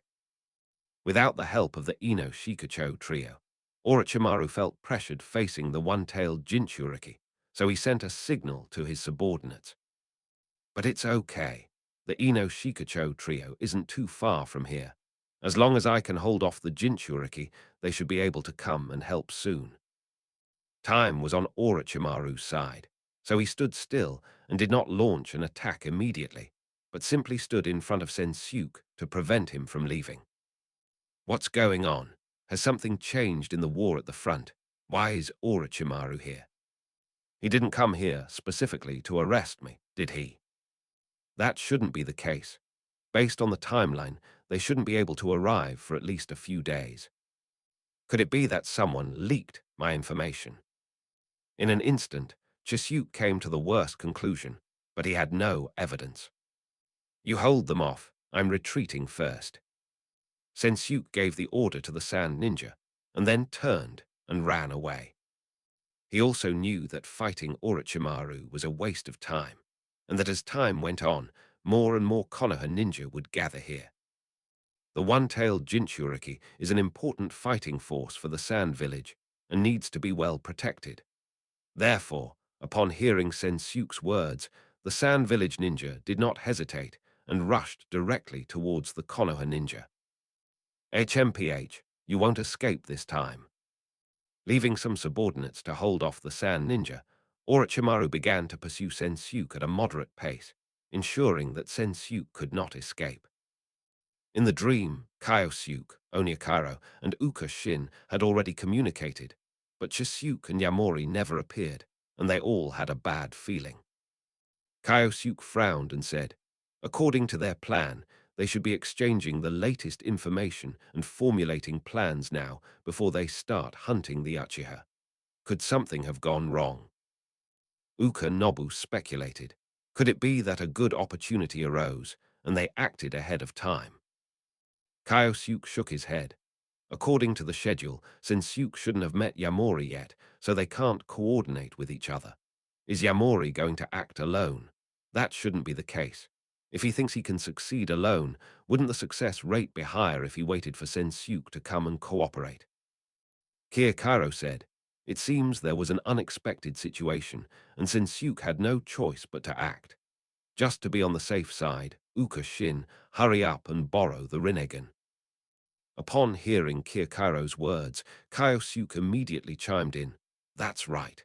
If they're not in danger, then everything is fine. But if they really are in danger, the Rinnegan might be able to help them. Uka Shin didn't refuse. Okay, I'll go right away. Emerging from the dream, Uka Shin disregarded politeness and directly woke up the sleeping Nagato, requesting to borrow the Rinnegan. Nagato asked in surprise, "Why are you in such a hurry?" Nagato thought to herself, Shin probably found out about how we teased him during the day, so he's deliberately retaliating against me and not letting me sleep peacefully. What kind of spiritual practice requires using the Rinnegan in the middle of the night? Uka Shin didn't explain, but simply bowed deeply and said, I'm begging you, Nagato, please help me. Seeing that Uka Shin's attitude was so formal, Nagato knew that the other party was not joking and immediately agreed. All right, since time is of the essence, let's start now. There's no need to call Zairo Nan and the others. Because this world has medical ninjutsu, many surgeries, including eye transplants, have become very simple. Aside from having Conan perform the surgery for safety reasons, the first time they replaced their Rinnegan, Nagato and Uka Shin can now perform eye transplants themselves. Soon, Uka Shin removed his left eye, carefully preserved it, and placed the Rinnegan into his eye socket. The familiar feeling of rejection returned. The Rinnegan absorbed a large amount of chakra, causing a headache, but Uka Shin was already experienced and quickly adapted. Nagato stood beside Uka Shin, with his left eye closed. Believe me, I'll stay here with you. If you have any problems, just tell me, and I'll help you as soon as possible. Uka Shin nodded.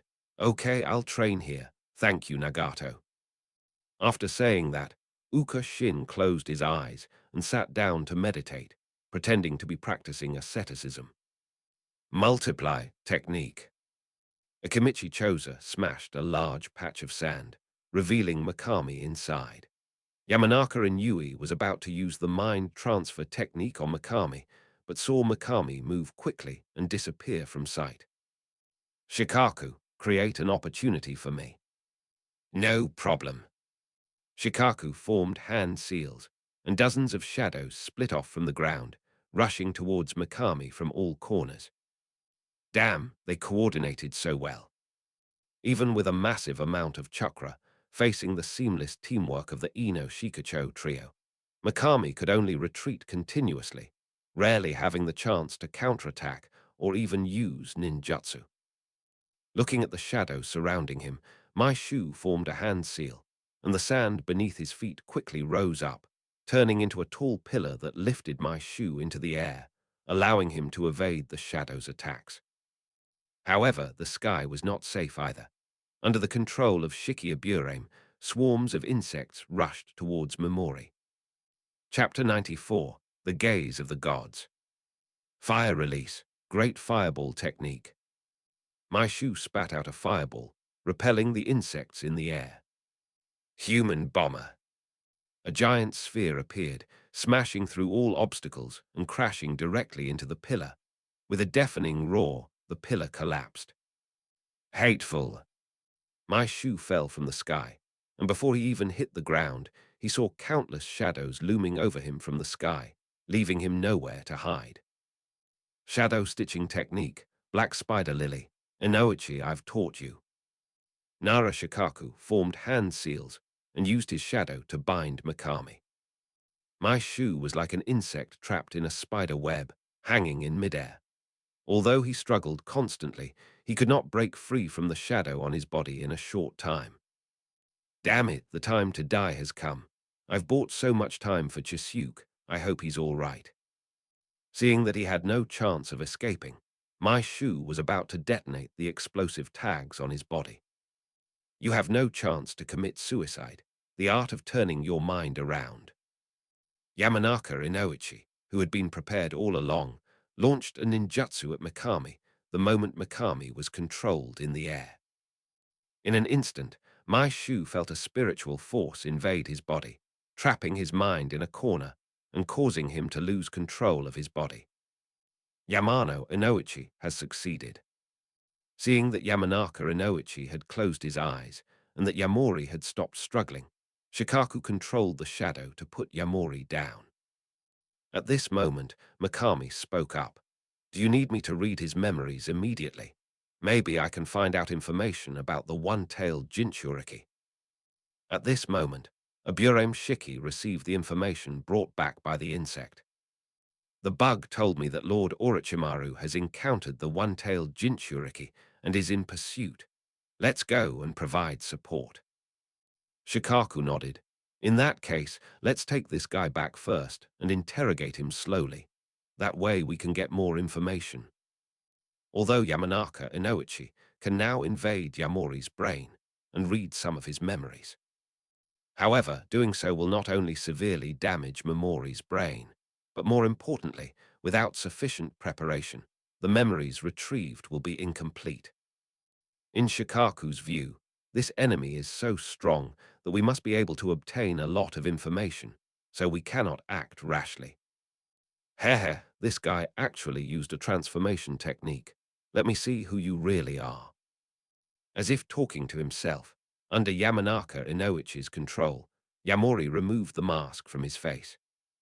At this point, the transformation spell had worn off, so Momori revealed his face and the headband on his forehead. What? It's a rogue ninja from the Mist Village. What's he doing here? Is there some kind of conspiracy? Shikaku sensed that the situation was serious and that there might be some kind of conspiracy involved. Is this really a rogue ninja? Or is this a conspiracy by Kirigakura? Or perhaps it's a conspiracy by other ninja villages. In the ninja world, there are many strange ninjutsu, so Shikaku cannot be sure who is behind Mikami. At this moment, my shoe was trapped in his mental space, helplessly watching all of this, unable to change anything. He felt extremely guilty and frustrated, but he did not give up trying to regain control of his body. Don't waste your energy. Once you've fallen for my ninjutsu, your body belongs to me. In the realm of the spirit, the voice of Yamanaka Inoichi echoed. We're taking you away now. To avoid trouble, please get some rest. In the mental space, 4 giant nails made of chakra appeared and flew towards Misaki. Damn it, what the hell is this thing? Get out of here. Just as my shoe was about to dodge, a huge pillar appeared behind him and ropes emerged from the pillar, binding my shoe tightly. Whoosh, whoosh, whoosh. 4 enormous nails pierced through my shoe's shoulders and thighs, pinning him firmly to the pillar. The immense pain caused my shoe to roar. This is not physical pain, but mental pain, which is utterly unbearable and impossible to resist. Along with the excruciating pain came a constant wave of weakness. My shoe felt his mind gradually dissipating, and he was about to fall into a deep sleep. His head drooped involuntarily. I'm sorry, everyone. I've dragged you all down. In my shoe's eyes, darkness gradually spread, light gradually disappeared, and finally only a faint slit remained, about to vanish in the next moment. What's this? Strangely, the crack was incredibly stubborn, emitting a faint light and blocking the invasion of darkness. This power. The gap held back the darkness and even continued to spread outwards, beginning to drive it away. This pattern. As the gap widened, circular patterns gradually became visible. That's right, it's the Rinnegan. Uka Shin, I love you to death. You'll always be my dad. Perhaps it was because of the power of the Rinnegan. Perhaps they felt they were about to escape and no longer have to suffer. Perhaps it's because they don't want to burden their partners. Perhaps it's because I found a new father. My shoe was in a very good mood. The joy he felt was so overwhelming that it burst forth from his heart and turned into a series of laughs. That solves the problem. we can safely escort him away. What's going on? Yamanaka Inoichi had exhausted Mikami's mental strength and felt that Mikami was no longer able to fight back. Just as he was about to withdraw from Mikami's body, he saw a somewhat crazy laugh coming from under Mikami's lowered head. How is that possible? Is his mental strength really that powerful?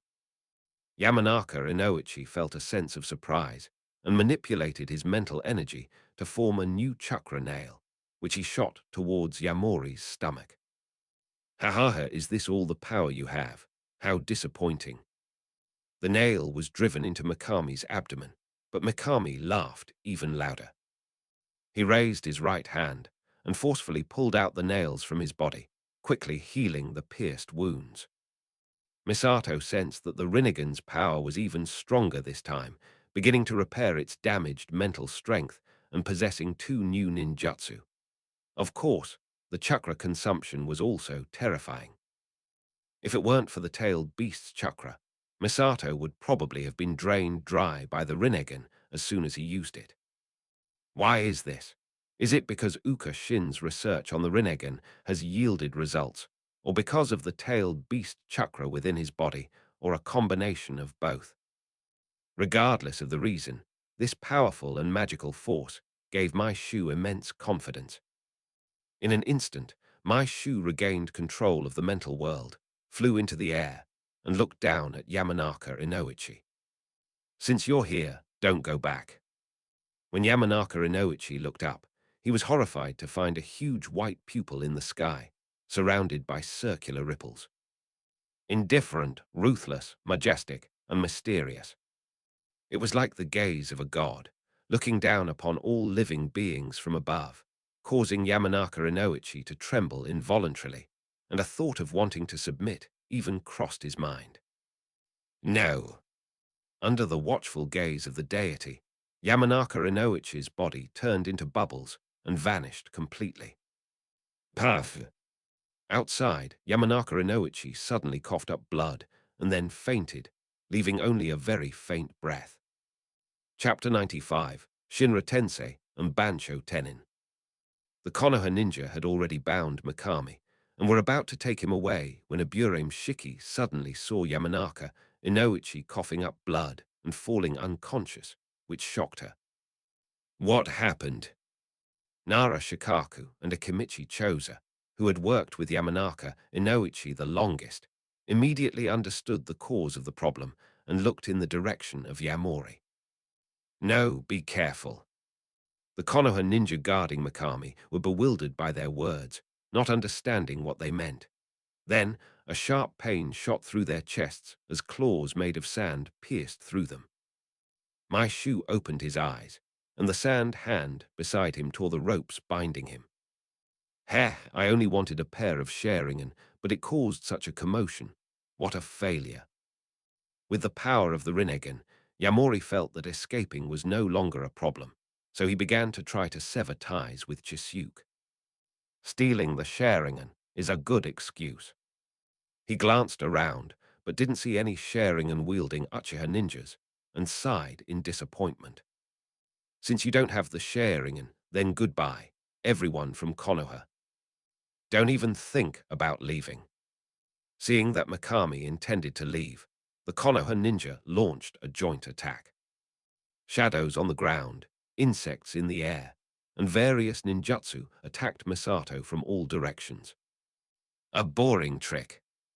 Mikami formed hand seals, manipulating the surrounding sand to rapidly rise and form a square wall, protecting him. Numerous attacks struck the sand wall, causing it to collapse rapidly. However, the sand wall was merely a cover, concealing the real attacks. Shinra Tensei. The tailed beast's chakra was being rapidly depleted, and Misaki even felt a lack of chakra. Since acquiring the one-tailed beast's chakra, this strange yet familiar feeling had become rare. Of course, the massive consumption of chakra gave Shinra Tensei extraordinary power. With a deafening roar, under immense pressure, countless grains of sand shot out, transforming into deadly weapons that pierced the bodies of Konoha ninjas one by one. Under this massive attack, trees collapsed, the earth was swept like a smooth mirror, and everything was sent flying. The attack lasted for several seconds before stopping, leaving behind countless grains of sand drifting in the wind. The enormous Akimichi Choza bent over to protect Yamanaka Inoichi and Nara Shikaku in his arms, his back covered in wounds, and half of his body was buried in dust. A swarm of insects emerged from the ground, and you knew Jiwei stepped out from within. What kind of ninjutsu is this? Wind release, earth release, a combination ninjutsu. The Konoha ninja, who survived by sheer luck, looked at everything on the ground that had been destroyed, feeling both fear and bewilderment. After counting the number of people, it was found that only half of the Konoha ninja remained, with more than 20 people whose bodies had been lost. These weren't cannon fodder, but Konoha's elite troops, all at least Chunin level. It's fair to say the losses were significant. Damn it, when we get back, we absolutely have to find out who this guy is. As Akimichi Choza returned to his normal size, he felt extremely grief-stricken and indignant when he thought of his dead comrades. Nara Shikaku stood up, sighed dejectedly and said, "Don't worry, I've memorized his appearance. I'll definitely find him. However, let's meet up with Lord Orochimaru now, and hopefully nothing unexpected has happened to him." Reality was going to disappoint Nara Shikaku, because Orochimaru also encountered an unexpected situation. Jisuke was running away when he suddenly felt something strange in his eyes and stopped. Nobumasa Uka is reliable. This cheat came at just the right time. Orochimaru is like a leech, impossible to shake off. He's so annoying. I have to teach him a lesson he won't forget. Seeing that Sensuke had stopped, Orochimaru did not approach. "You can't escape. Don't waste your energy." Jisuke snorted and fully transformed into a tailed beast, revealing the towering Shukaku. "Oh dear, I'm going to cause a huge scene again today." Shukaku was still very excited when it came out, but it quickly sensed that Jisuke was different and asked Jisuke in its mind. "This feeling, there's no mistake. This is the power of the Rinnegan. Why are you using it again? Hey, I've been listening to you a lot lately." Sensing the terrifying power of the Rinnegan, Shukaku was still somewhat intimidated, fearing that Jisuke would punish him, so he stopped referring to himself as this great one. Jisuke smiled and said, "You're quite clever. You know you can't reveal information about the Rinnegan to anyone and communicate with me telepathically. Don't worry, this is just to deal with that troublesome enemy. I don't want to be sealed away again like last time." Shukaku only noticed Orochimaru at this moment, and after touching his stomach and thinking for a few seconds, he realized who it was. "Ah, that's the guy who plays with snakes. Don't worry, I'll take him seriously this time, and I'll definitely beat him to a pulp." Jisuke thought to himself, "Whether you can do it or not, my Rinnegan might disappear at any time, so I can't waste it. Also, I wonder how Mikami is doing. I can run into Orochimaru here. I hope he doesn't run into the Hokage there. I hope he's all right. Stop talking nonsense and get this done quickly, or we'll be ganged up on." Upon hearing Chisuke's words, Shukaku thought to himself, "It's because you're too weak. I'm not afraid of being surrounded." However, facing the Rinnegan, Shukaku dared not say anything and rushed out directly. Upon seeing Shukaku, Orochimaru's expression turned grim, and he quickly retreated, showing no intention of engaging in direct confrontation. "Don't even think about running." Shukaku tailed Beast Ball. "It is good."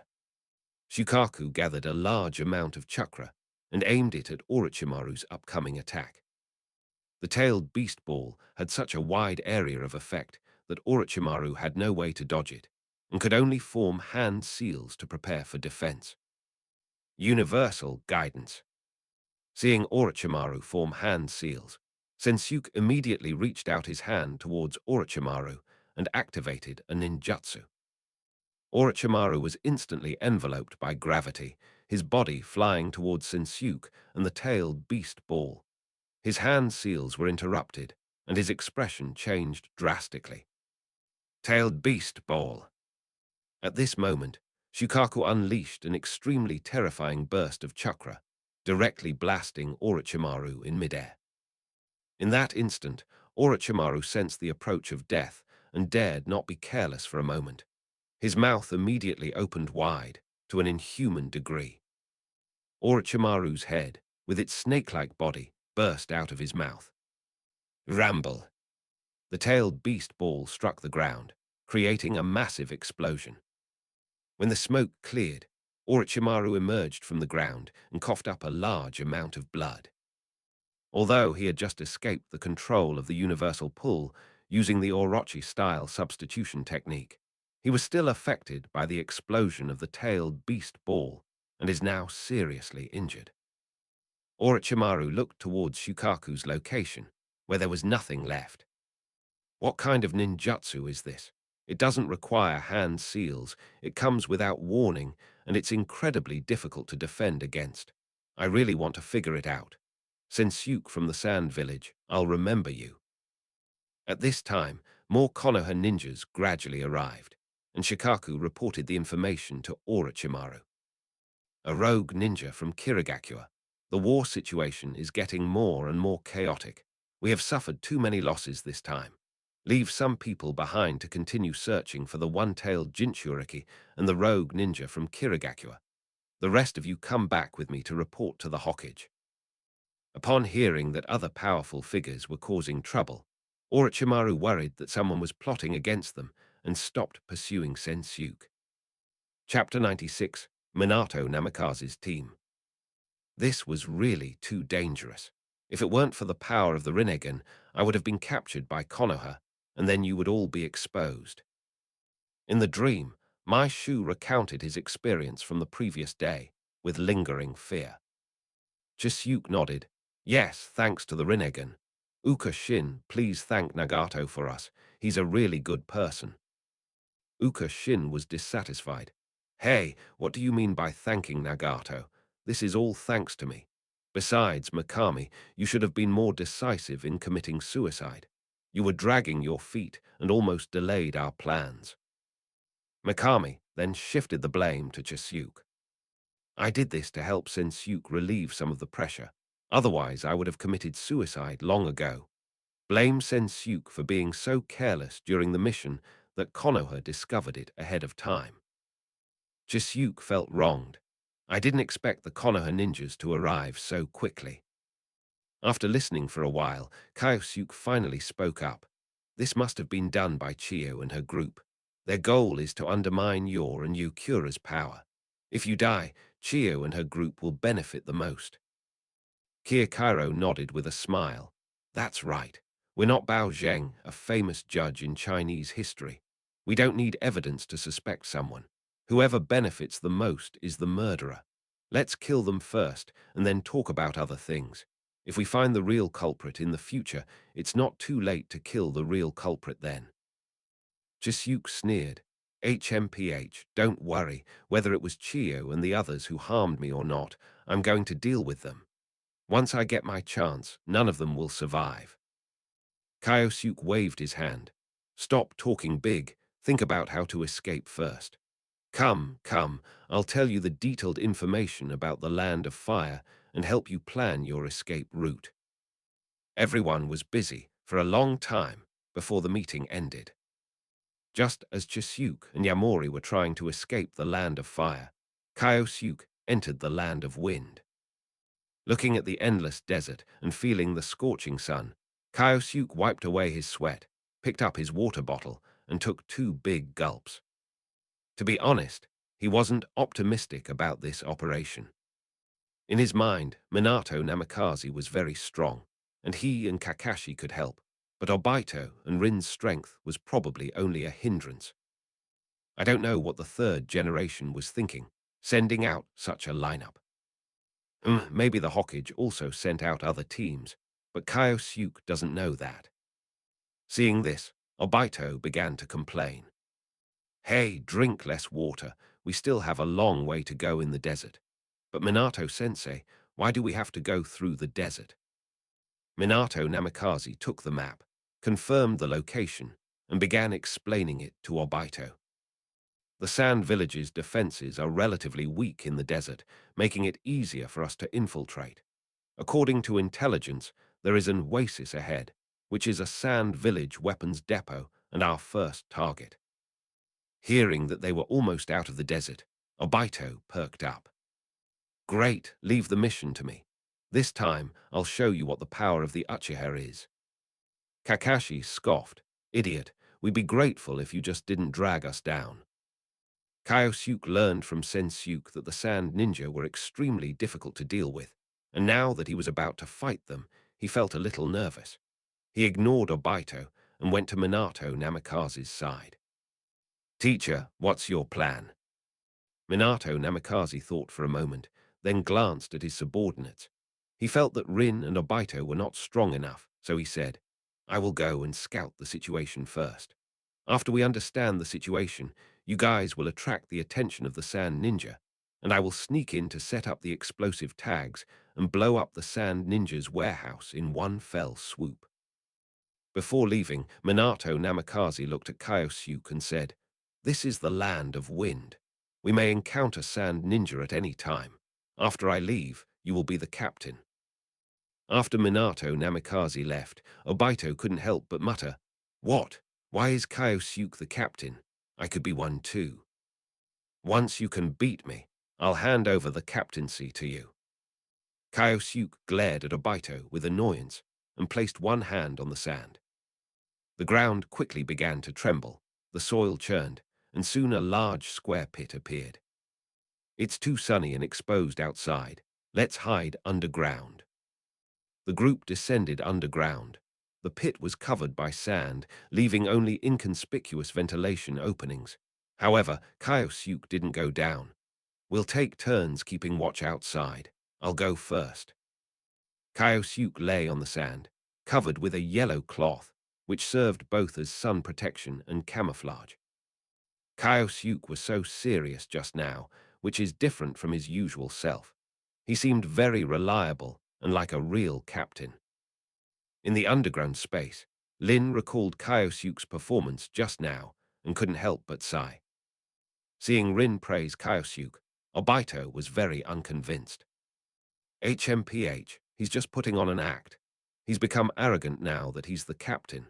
We all know he's been stingy, loves to play pranks, and always tries to take advantage of others for years. Kakashi was sitting in the corner, leaning against the wall with his eyes closed, resting. When he heard Obito's words, he actually opened his eyes and nodded. Obito, I didn't expect you to have such keen observation skills. You've summarized Kyosuke's character so accurately. Now you understand, right? It's hard enough that I'm managing an idiot, but now an even bigger problem has arisen. I'm in so much pain. When Obito heard Kakashi's words, he was initially very happy, thinking that Kakashi was praising him and even showed a reserved smile. But after Kakashi finished speaking, Obito felt something was off. After a few seconds of thinking, he realized that Kakashi was calling him an idiot, and he immediately objected. Hey, what makes you so great that you dare to insult me? HMPH, Kyosuke was right before. You must be scheming and plotting all the time. That's why you've had a head of white hair since you were a child. Watching the two argue, Lin laughed, her eyes curving into crescent moons. Hehe, Obito, you remember so clearly what Kyosuke said in the past. It seems you care about him a lot. When Obito heard Rin's teasing, he became furious and started jumping up and down to defend himself. What nonsense are you talking about? I don't remember anything he said.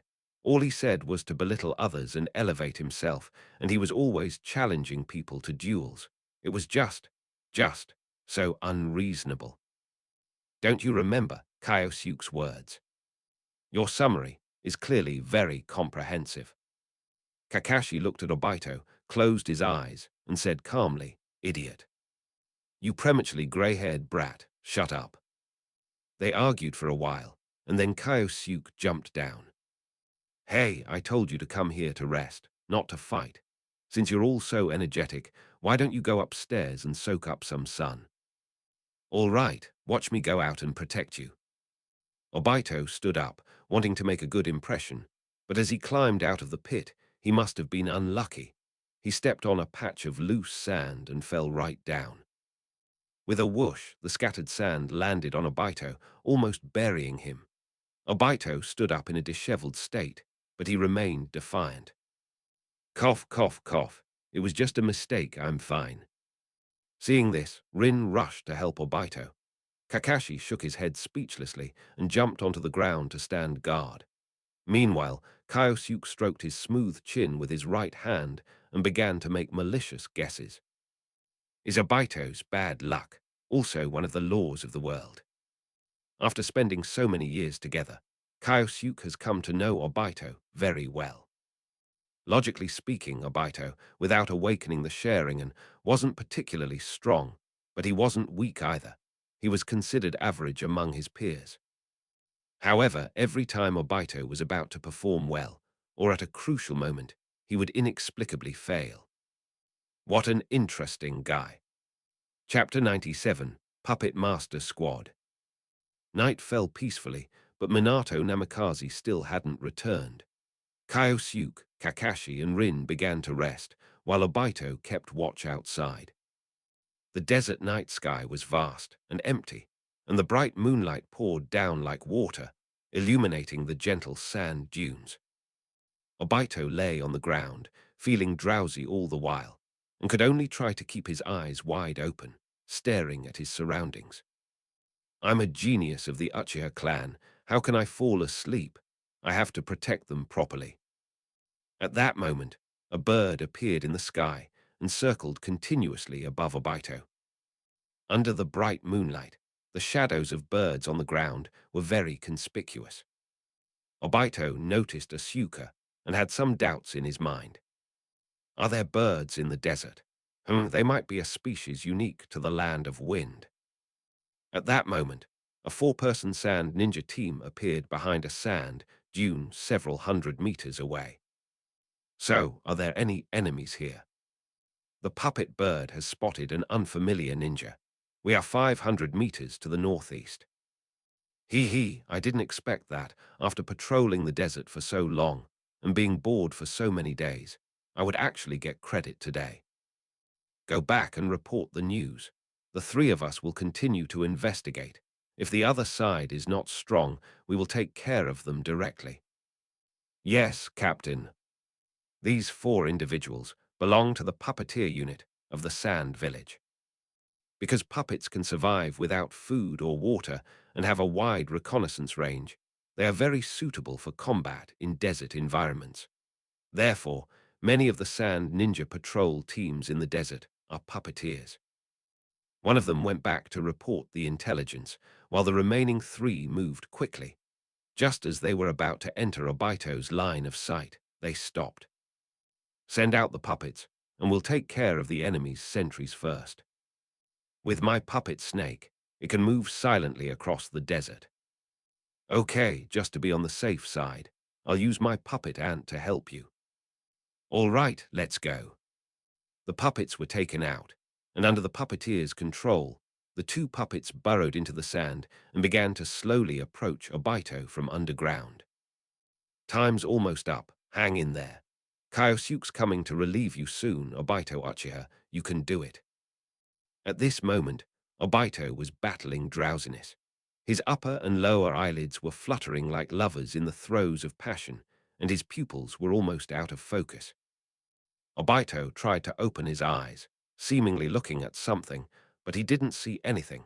His brain didn't receive any visual information. Swish!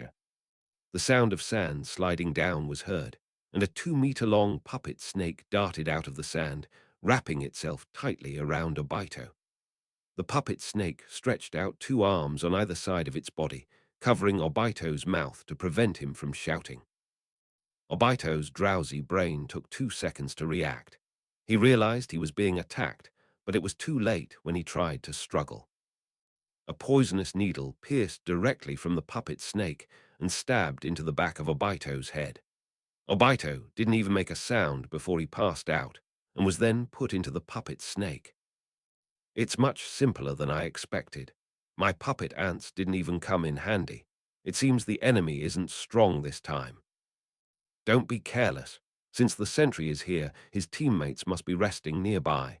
Let's scout around first. Maybe their captain is very capable. Captain, the only place to hide in the desert is underground.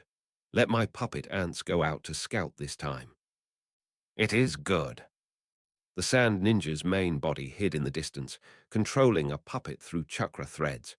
A puppet ant, as tall as a human, lay on the sand, its abdominal mechanism activated, revealing a long, thin tube. The hose has a sharp metal tip at the top, which can easily be inserted into soft sand. The hose was inserted into the ground and continued to penetrate deeper, beginning to explore the underground space. At that moment, Kyosuke was sleeping, rambling in his dreams, completely unaware that he was about to be attacked. In the dream, Kyosuke was still concerned about others. Chisuke, Yamori, how are you? Have you shaken off the pursuers from Konoha? Chisuke nodded and said in a relaxed tone, thanks to your information, I was able to evade Konoha's pursuit. I'm about to reach the Sand Village's territory, and then everything will be fine. Mikami also said, I have arrived in the northern part of the Land of Fire. I will meet up with Koya Ishi soon. The next step is to go to another country to hide. Kirkairo asked curiously, according to your description, Takano Ishi is very weak and has no talent. Why bring him along? He's just a burden. Recalling what Takano Ishi had said at the gravesite, Momori replied with a smile, Hee, it's rare to find someone I like. Perfect, I'll bring him in as an ally. As for his strength, once your experiments are successful, it won't be difficult to enhance his power. At this moment, Uka Shin said with some worry, recently, I've felt that Yahiko, Conan, and Nagato are looking at me strangely, with a half smile and a hint of teasing. I don't know what's going on. Kyosuke, seemingly unconcerned, said, it's all right. We all know their personalities. If you feel they suspect you, just explain yourself. If explaining doesn't work, apologize. If apologizing doesn't work, kneel down. As long as you sincerely and wholeheartedly repent, no matter how big the problem is, it's not a big deal.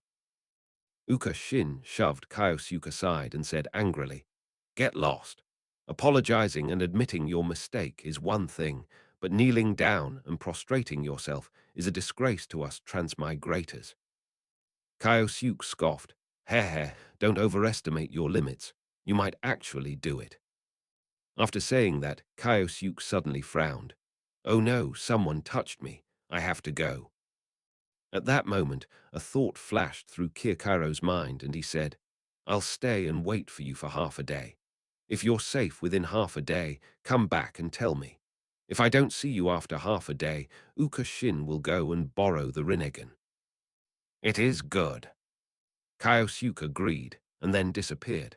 Seeing this, the other four were somewhat worried. Uka Shin couldn't help but ask, how about I borrow the Rinnegan first? What if Kyosuke encounters danger and can't hold on for even half a day? Sensuke thought for a moment and replied, probably not. Most of the Sand Village's elite troops were taken to the front lines by the Kazekage, and the remaining elite troops were mainly used to defend against the Iwa village in the north. There shouldn't be any strong individuals in the Land of Wind who could threaten Kyosuke's life. Mikami also said, that's right, Uka Shin. You just said that Yahiko is wary of you, so it's best to be cautious now. Even if Kyosuke encounters a strong opponent, he can use the tailed beast's chakra to stall for a long time. When Uka Shin heard what they said, he also thought it made a lot of sense. That's true. They also have Minato Namikaze in their team. He's the future Hokage and knows the flying thunder god technique. With Minato by his side, even if Kyosuke can't defeat the enemy, he can still escape smoothly. A moment later, Uka Shin, Sensuke, and Yamori left the dream, leaving only Kirkairo there to train in boredom. Chapter 98, Will Obito Die? Click, click, click, click.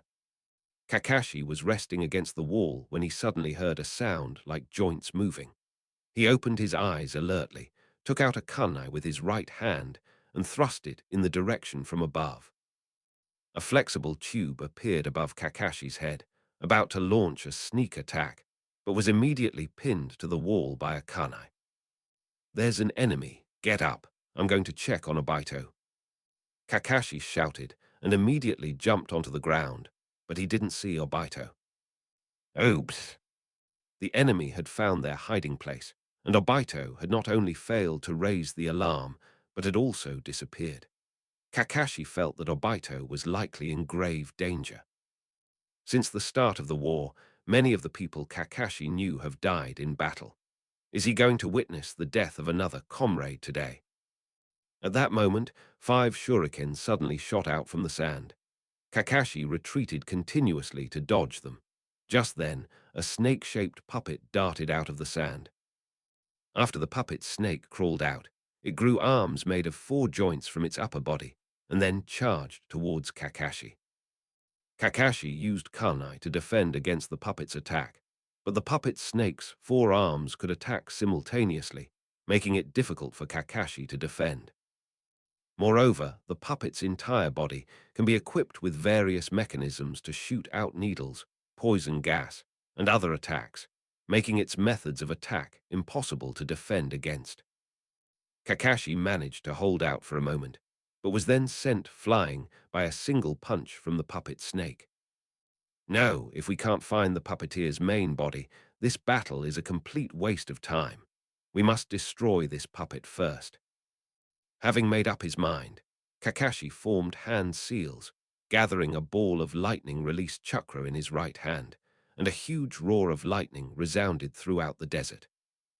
The puppeteer, hiding in the shadows, widened his eyes instantly upon seeing Kakashi's lightning-release ninjutsu. What kind of ninjutsu is this? My puppet can't withstand this explosive chakra at all. Luckily, I have a hostage. Hee, Konoha ninja, let me see just how much friendship you have. Under the puppeteer's control, the puppet snake's chest shell opened, revealing the unconscious Obito inside. What, Obito? Seeing this, Kakashi, who was moving at high speed, was taken aback and abruptly changed his attack target, only using Chidori to shatter one of the puppet's arms. Hehe, you've used such a powerful ninjutsu, you don't have much chakra left. Die. Seeing how much Kakashi cared about the hostage, the puppeteer felt confident of victory and kept attacking Kakashi, intending to use Obito as a shield if Kakashi dared to retaliate. Kakashi was filled with rage but had no way to do anything, putting him in a very passive position.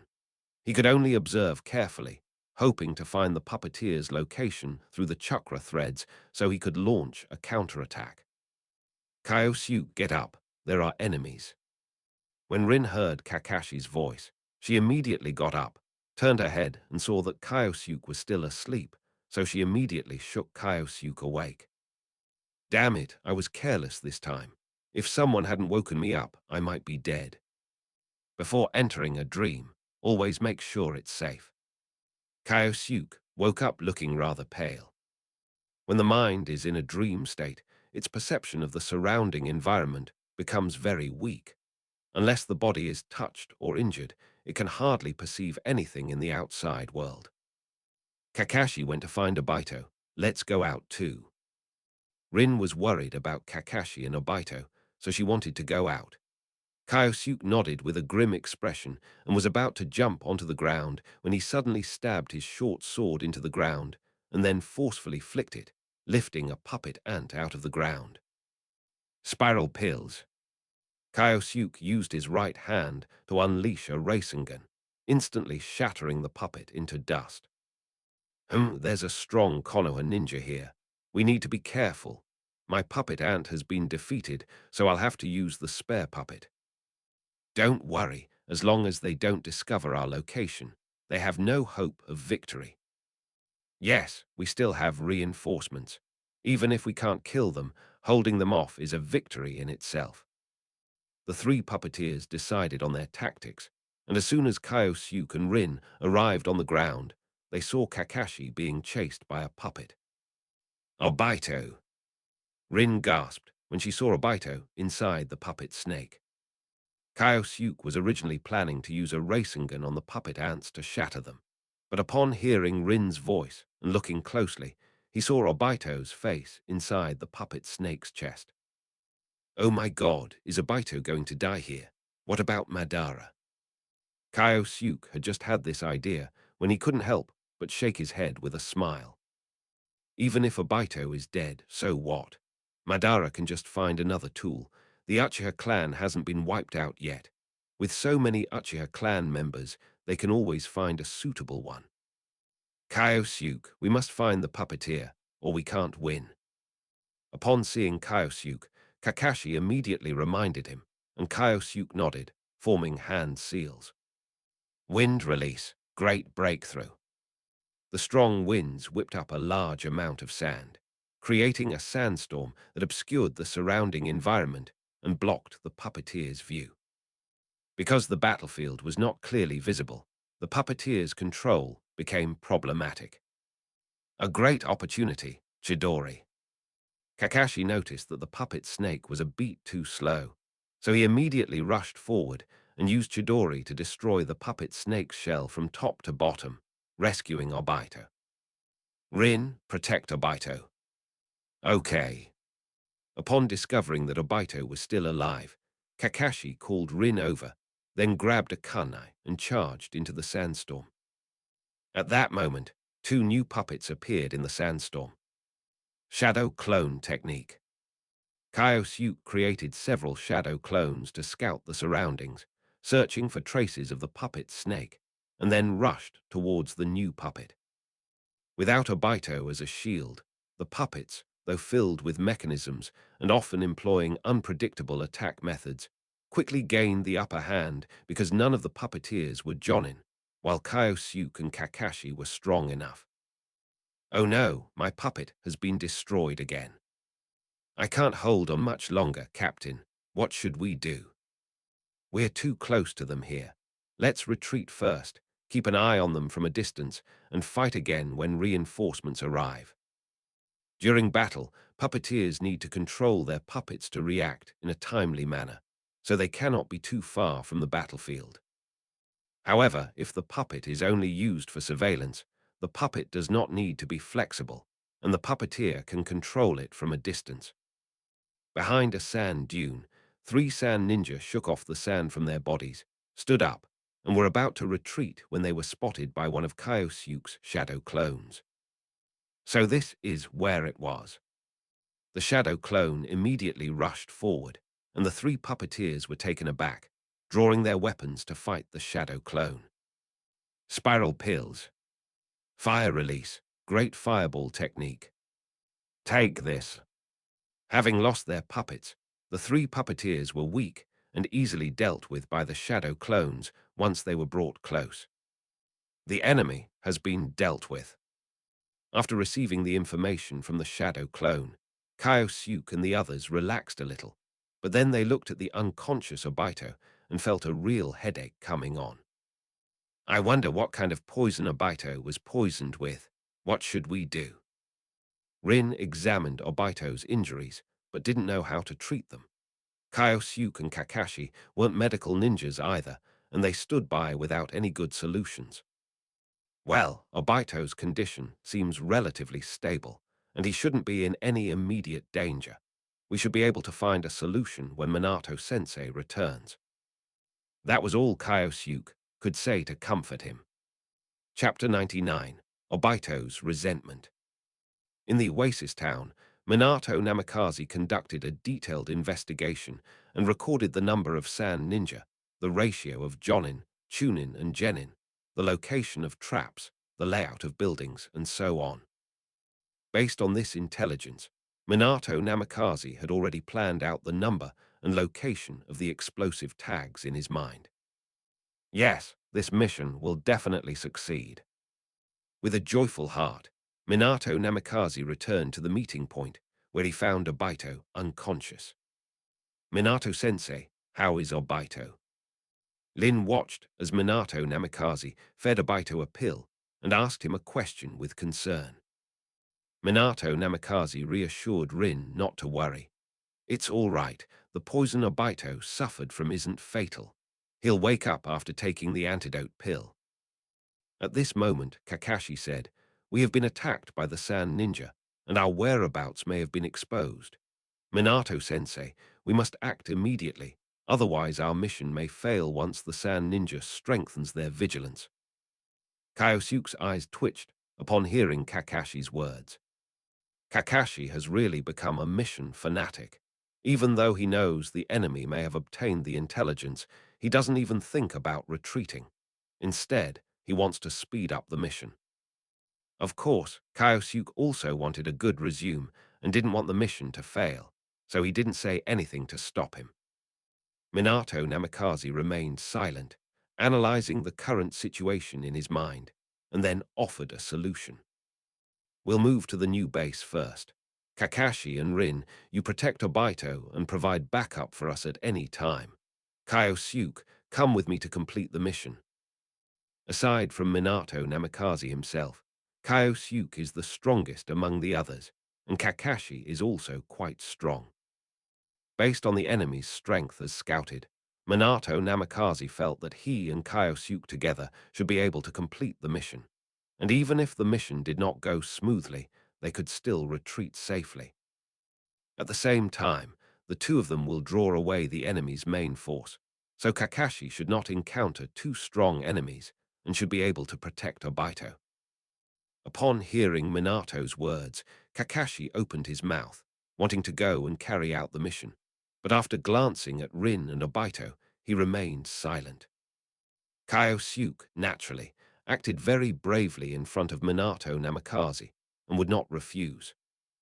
And so they found a new meeting point, settled Obito, Minato Namikaze, and Kyosuke, and arrived at the edge of the oasis.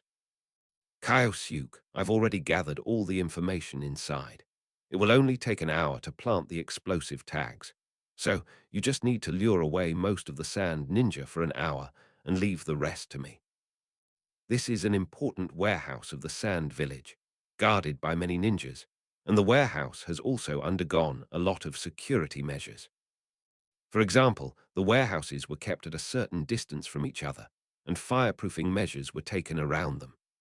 Therefore, Minato Namikaze was already very capable of placing all the explosive tags within an hour to ensure the destruction of all the warehouses. Don't worry, Minato-sensei. I will definitely complete the mission." After the two parted ways, Kyosuke thought for a moment and then sent out several shadow clones to infiltrate the town in the oasis, while he followed behind. The buildings here are mostly grey-white, with relatively tall walls. After the shadow clones infiltrated, they found a warehouse and then detonated the explosive tags on their bodies. Ramble, ramble. The explosion destroyed the warehouse walls, and the fire ignited the supplies. The Sand Ninja reacted immediately. "Put out the fire quickly. Someone has infiltrated this area. Reconnaissance team, find him quickly. Puppet troops, assemble." The numerous Sand Ninja immediately sprang into action with clear division of labor: firefighting, guarding, and reconnaissance. The flames were quickly extinguished, and a Sand Ninja who could summon geckos, with the help of a large number of geckos, soon located Kyosuke's position. The enemy is in that position.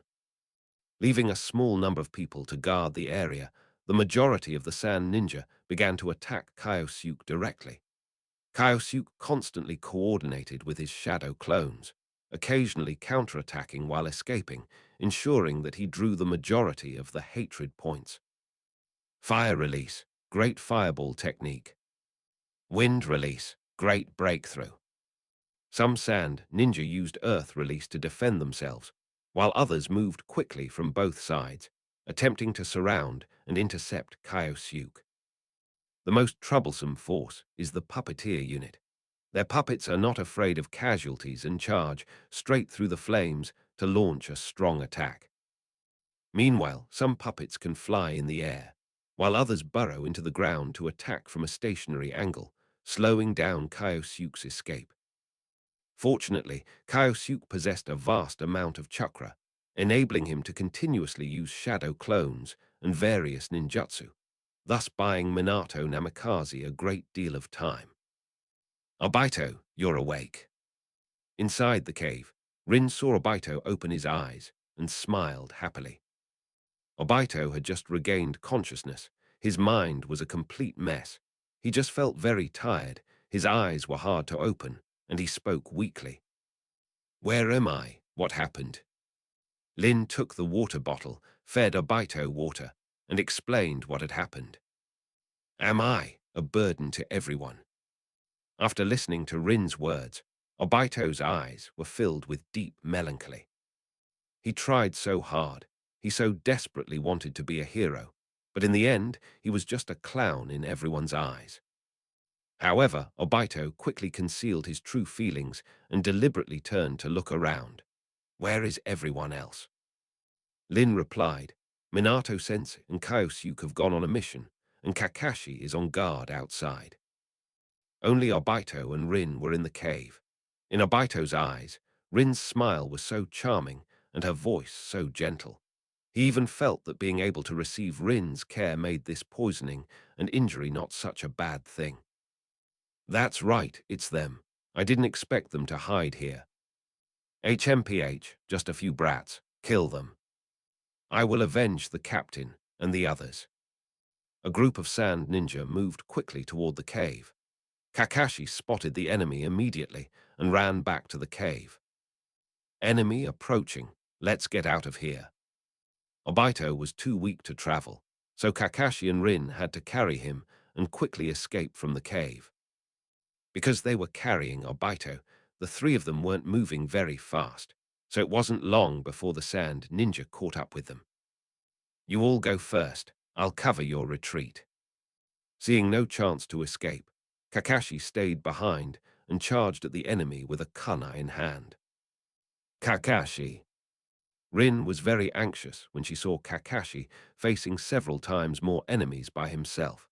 Her eyes welled up with tears, and she gritted her teeth before fleeing with Obito. Damn it, why? Why is it always like this? Leaning against Rin, Obito was not happy. His heart was filled with resentment. He wanted to be a hero, he wanted to help others, he wanted to have great power, and he didn't want to be a burden. I'm clearly a great Uchiha, so why am I always the one being saved by others? However, no matter how unwilling he was to accept reality, his weakened body made it impossible for Obito to even stand steadily, let alone fight. Ha ha ha, you little brats, don't even think about running away. Four sand ninjas revealed bloodthirsty eyes. Three of them surrounded Kakashi, while one charged directly at Rin. Chapter 100, Obito's Sharingen. Don't even think about leaving here. Kakashi saw a sand ninja chasing after Rin and was about to rush over to stop him, but he was blocked by the other sand ninja. He fought the three of us and still wanted to rescue others. What an arrogant fellow. A sand ninja appeared behind Kakashi, swinging his short sword down to behead him. Kakashi pulled with his right hand, and a steel wire appeared from the desert. A lit explosive tag was hanging from a steel wire and wrapped directly around the sand ninja's leg. The sand ninja looked at the explosive tag in horror, with no way to escape. No. Ramble. The explosive tag detonated, reducing the number of sand ninja by one. Chidori. Taking advantage of the explosion blocking the other sand ninja, Kakashi used Chidori, and the sand ninja chasing Rin were also dealt with. However, using Chidori is a huge burden for Kakashi right now, greatly depleting his chakra and stamina, and Kakashi is now feeling exhausted. Damn it, this guy is so powerful. Attack his companions to lure him to the rescue. Then we can take the opportunity to kill him. It is good. The remaining two sand ninja quickly analyzed the situation and devised a very effective tactic. Let's go. A sand ninja manipulated a puppet to fly towards Rin, shooting out a dense barrage of senbon needles from its mouth. Rin, supporting Obito, heard the sound of gunfire behind them and immediately lunged forward. The two dodged the attack, but fell into the desert. Obito, don't worry, I'll protect you. Lin got up immediately after falling and took out a kunai from her weapon bag. Clutching her kunai tightly, Rin, with her petite frame, stood firmly in front of Obito as the enemy drew near, completely protecting him from behind. To Obito, Rin's voice was still as beautiful as ever. Obito lay helplessly on the desert, looking at Rin, who was not retreating an inch, as if he had seen her in a new light, his heart filled with complex emotions. It feels so good to be protected by Lin. It turns out that Lin, who is usually gentle, also has such a brave side. Hehe, in the end, among everyone, I am the most useless guy. I really don't want this. I really want to be a hero in people's eyes. In Obito's heart, a flame was ignited. Damn it, Chidori. Seeing his companion in danger, Kakashi disregarded the pain in his muscles and forced himself to accelerate. At the same time, he gathered chakra in his right hand, intending to use Chidori again to shatter the puppet. Kid, you've fallen for it.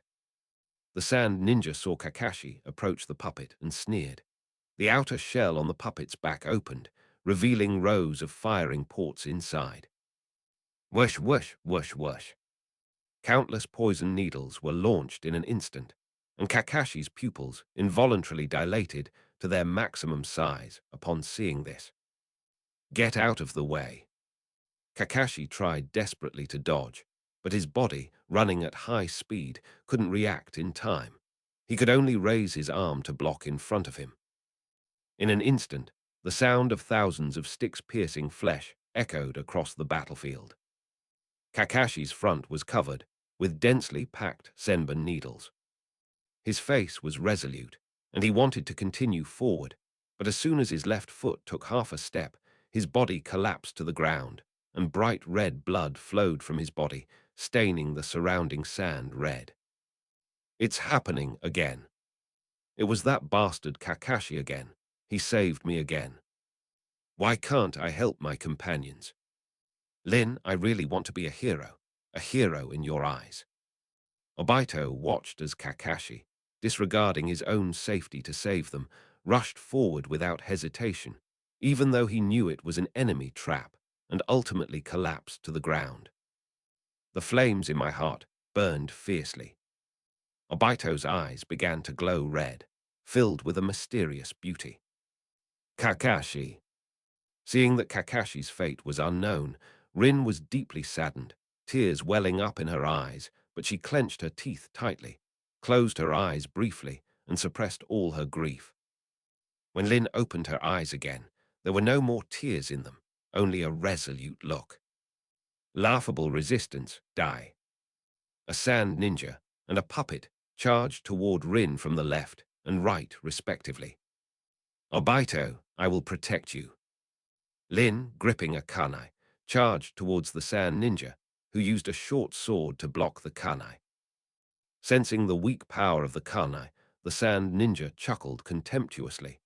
Just as he was about to retaliate, he saw an explosive tag stuck to Rin's body, and his expression immediately changed drastically.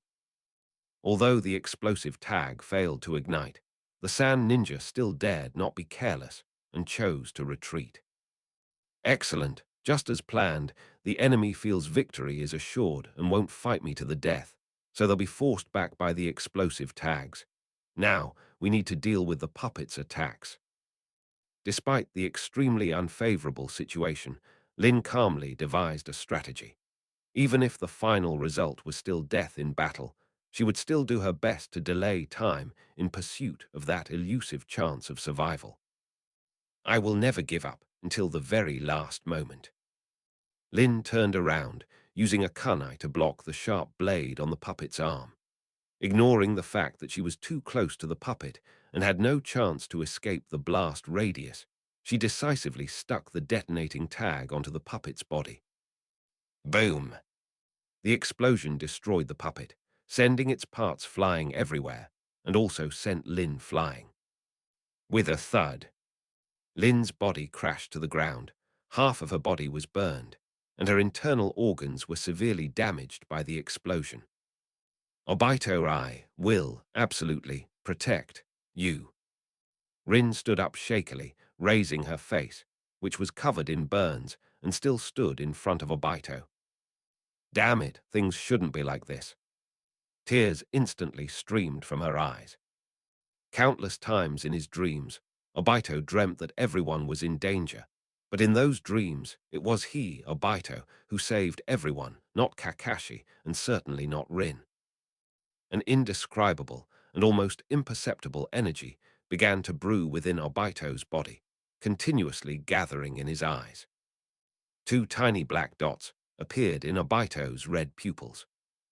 However, at this moment, Obito was completely unaware of the changes in his body because Rin was in great danger. Lind! At this moment, several chakra threads bound Rin's body. Lin was already severely injured and was only able to stand up because of her strong emotions. Now that she was controlled by chakra threads, she was powerless to break free. I'm sorry, Obito. An overwhelming sense of weakness engulfed Lin's entire body, and her eyes gradually closed. Go to hell. Another sand ninja raised his short sword and rushed in front of Rin. The sharp blade, carrying the call of death, was about to take away a vibrant life. How could you do this? I won't allow this. Move. Damn body, get moving. Obito's emotions had completely boiled over, reaching an extreme point. His eyes turned completely red, and two Tomo instantly formed. Two Tomo, Sharingen. Lind.